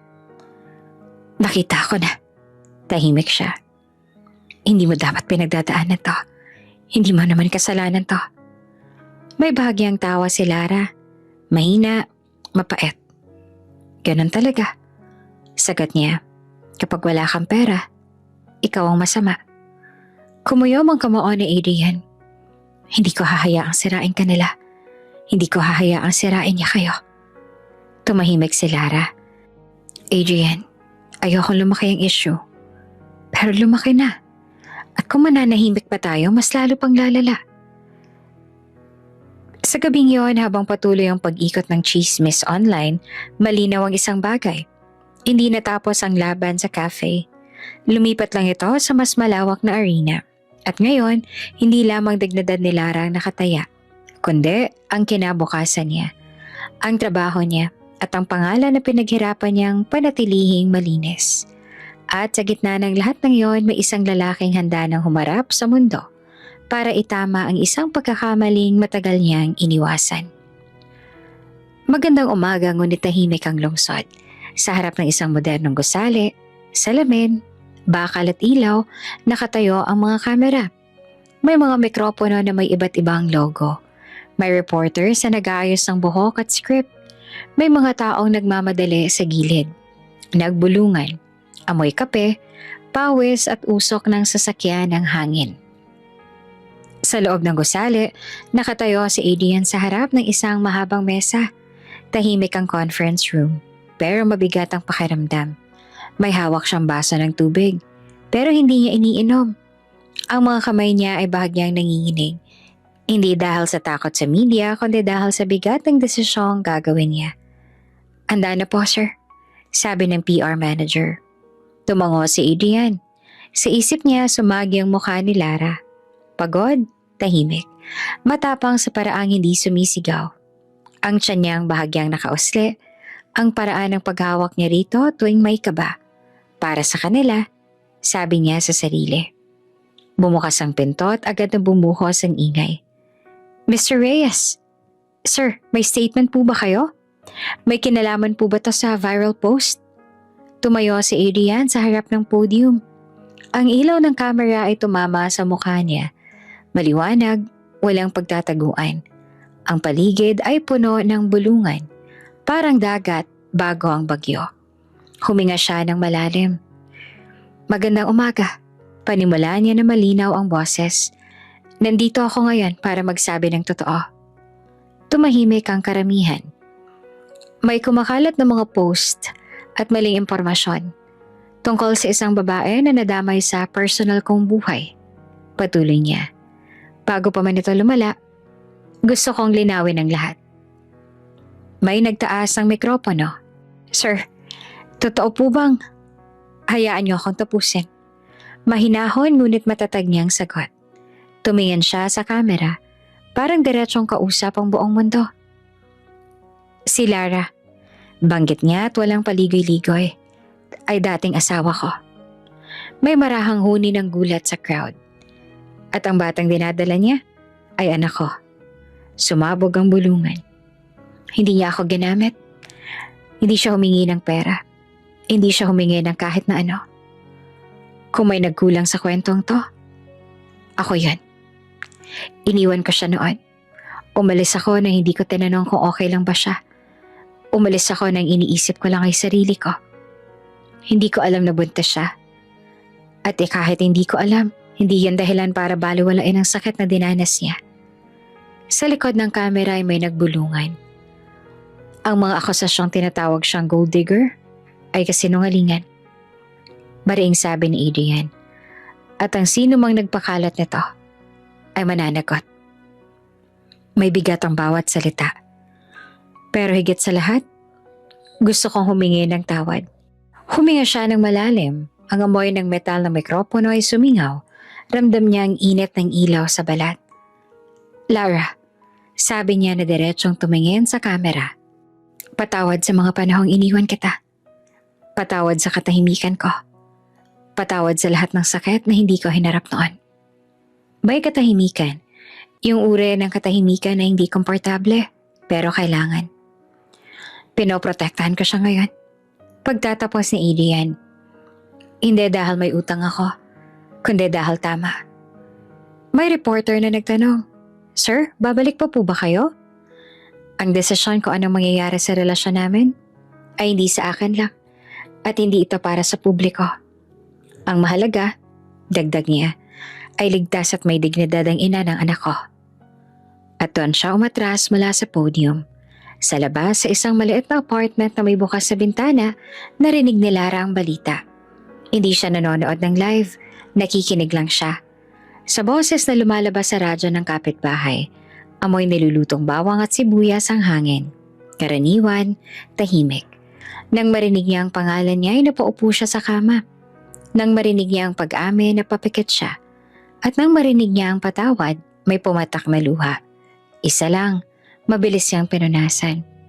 Hindi dahil bumalik ang lahat, kundi dahil sa wakas may tumayo para sa kanya. Sa harap ng lahat. Sa labas ng gusali, nagkagulo ang media. Ngunit si Adrian ay tuloy-tuloy lang ang lakad. Hindi na siya lumingon, hindi na siya sumagot ng tanong. Para sa unang pagkakataon matapos ang mahabang panahon, malinaw ang paninindigan niya. Hindi para magmukhang mabuti. Hindi para ayusin ang imahe, kundi para itama ang isang pagkakamali at protektahan ang babaeng matagal niyang iniwan sa gitna ng ingay. At sa araw na yon, kahit hindi pa tapos ang laban, may isang bagay na nagbago. Ang kwento ni Lara ay hindi na lang chismis. Isa na itong katotohanang may boses. Madaling araw na magsimula ang sakit. Hindi yon biglaan at una parang simpleng paninikip lang ng tiyan. Isang kirot na inakala ni Lara ay pagod lang. O di kaya ay epekto ng ilang gabing kulang sa tulog. Umupo siya sa gilid ng kama. Hinaplos ang tiyan at huminga ng dahan-dahan. Okay lang.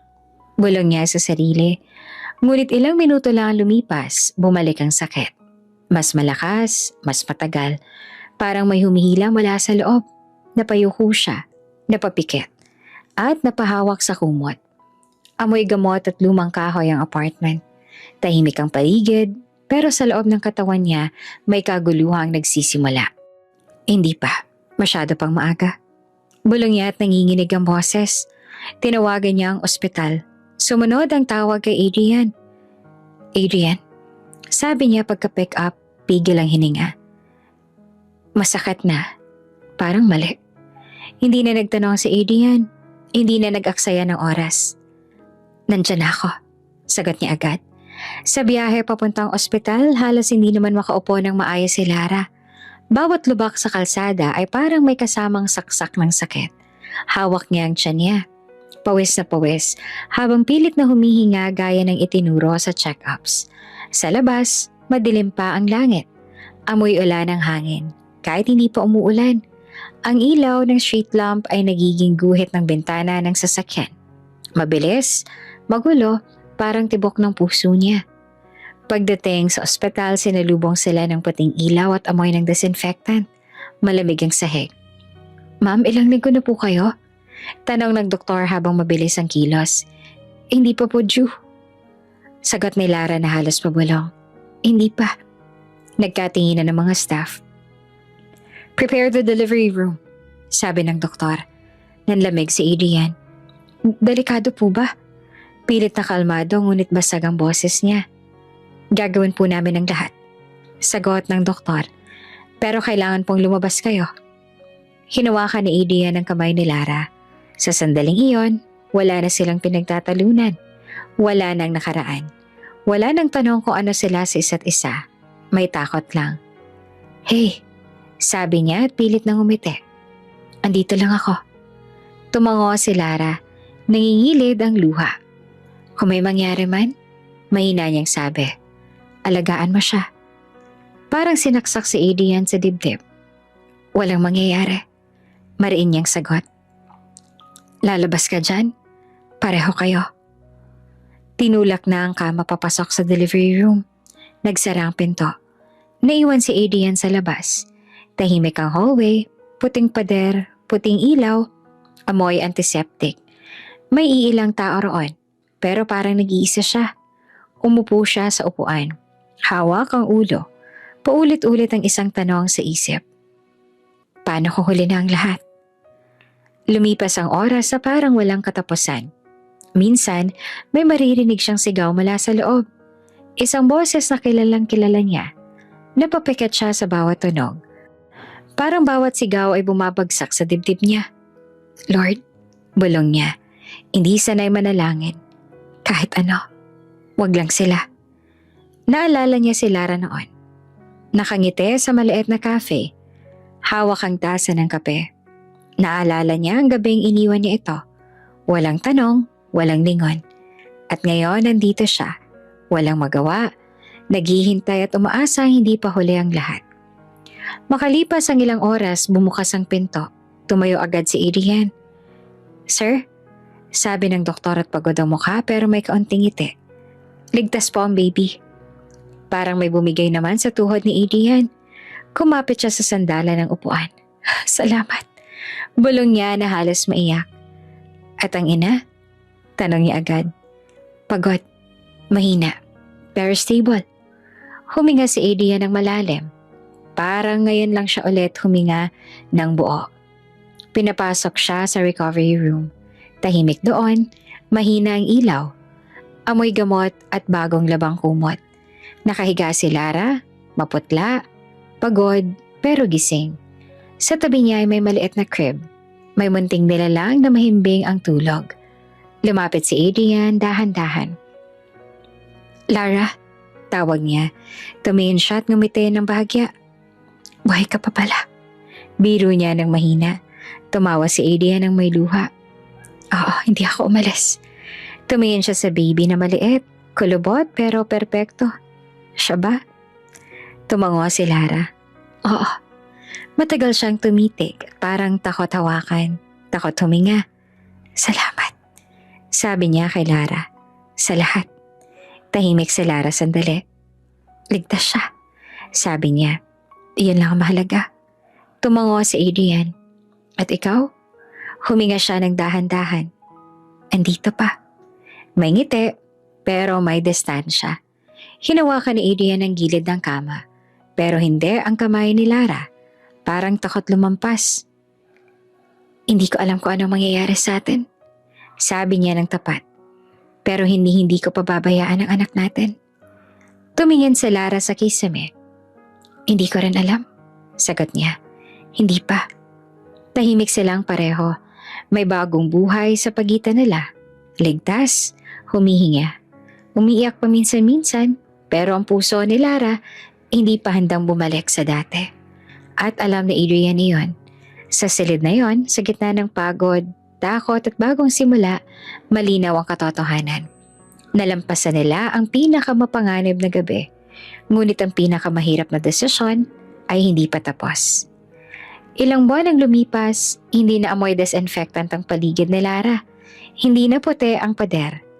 Sa halip, amoy araw, gatas at bagong labang maliit na apartment na tinitirhan niya ngayon. Umaga, bukas ang bintana. Pumapasok ang liwanag ng araw, tumatama sa sahig. Sa mesa, sa maliit na crib sa tabi ng kama. May mahinang iyak. Hindi malakas, hindi desperado. Isang iyak na parang paalala na gising na ang mundo. Lumapit si Lara sa crib. Sandali lang. Sabi niya na paos pa ang boses pero may ngiti. Binuhat niya ang baby. Mas mabigat na ngayon. Mas malinaw na ang mga mata. Mas buo na ang muka. Hindi na siya ang munting nilalang sa ospital na parang babasagin. Good morning, bulong ni Lara. Mas malakas na siya ngayon. Hindi lang sa katawan kundi sa loob. May mga araw pa rin mahirap. May mga gabing kulang ang tulog. May mga sandaling tahimik siyang napapaupo. Hawak ang baby. Iniisip kung paano siya nakarating dito. Pero hindi siya natakot. Sa maliit na mesa, may cellphone na tumunog. Isang message. Adrian, andito na ako sa labas. Okay lang ba? Tumingin si Lara sa orasan. 10 a.m. Okay, sagot niya matapos ang ilang segundo. Ilang sandali pa ay kumatok sa pinto. Hindi malakas at hindi rin nagmamadali at binuksan niyo ni Lara. Nakatayo si Sir Adrian sa labas. Simple lang ang suot, walang driver at walang yabang. May hawak siyang maliit na bag na may diapers, gatas at mga gamit na pinag-aralan niya kung paanong gamitin. "Hi," sabi niya. "Hi," sagot naman ni Lara. May katahimikan sa pagitan nila. Hindi yun awkward, hindi rin romantic. Isang katahimikang puno ng pag-iingat. Pumasok si Adrian, huminto siya agad nang makita ang baby sa bisig ni Lara. "Kamusta siya?" Tanong niya na parang takot lakasan ng boses. "Gutom," sagot ni Lara. "Kagigising lang." Lumapit si Adrian. Dahan-dahan, parang ayaw guluhin ang eksena. "Pwede ba?" Tanong niya at itinuro ang baby. Sandaling nag-alangan si Lara. Hindi dahil ayaw niya, kundi dahil gusto niyang siguruhin ang sarili niya. Pagkatapos ay tumango siya. "Ingat," sabi niya. Inabot ni Adrian ang baby. Medyo alanganin ang hawak niya pero maingat. Parang may hawak siyang pinakamahalagang bagay sa mundo. At sa totoo lang, iyon nga. "Hi," bulong niya. "Ako si Daddy." Tahimik ang baby sandali tapos ay humikab. Natawa si Lara. Isang maliit, natural na tawa. Hindi pa siya impressed. Biro niya. Ngumiti naman si Adrian. Okay lang, may oras pa naman.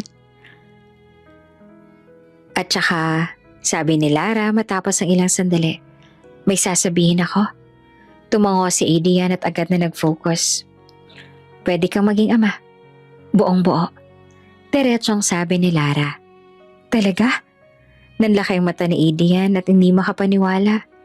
"Pero, may kondisyon." "Kahit ano," sagot naman ni Adrian. "Hindi ka nandito para bumawi sa akin. Nandito ka para sa kanya." "Oo," tango naman ni Adrian. Walang biglaang desisyon. Walang drama. Walang pilitan. "Okay," sagot ni Adrian na seryoso. "At igagalang mo ang buhay na binuo ko." Dagdag ni Lara, "Kahit hindi ako bahagi ng plano dati."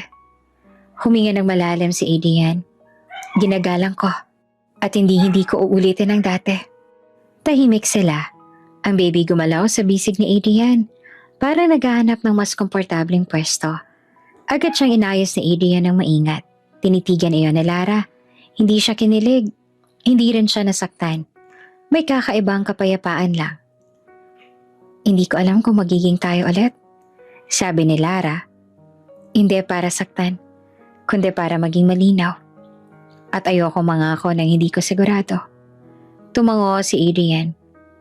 "Hindi ko rin alam," sagot niya. "Pero handa ako maghintay o tumanggap." Tumingin siya kay Lara. "Ang mahalaga," dagdag niya, "hindi ka nag-iisa." Ngumiti si Lara. Isang ngiting hindi natakot, hindi na nagtatago. Pagkalipas ng ilang oras, umalis si Adrian. Hindi biglaan, hindi masama ang loob. May yakap sa baby. May paalam na mahinahon. Sa pagsara ng pinto, tumayo si Lara sa gitna ng apartment. Tahimik, pero hindi na empty. Lumapit siya sa salamin. Yung dating iniiwasan niyang tingnan, ngayon ay tumingin na siya na matagal. Hindi na siya ang babaeng nanginginig sa gitna ng cafe. Hindi na siya ang babaeng humihingi ng tawad kahit hindi kasalanan. Isa na siyang ina, isang babaeng may hangganan. Isang babaeng marunong tumayo.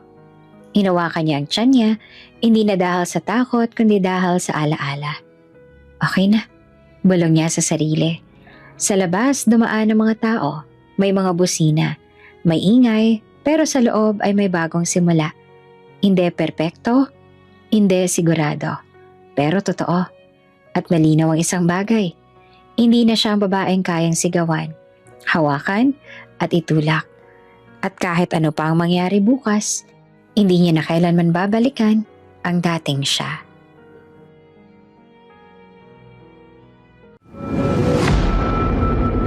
bago ka pa lang sa channel na ito, Ate Jane TV, huwag kalimutang pindutin ang notification bell and subscribe button.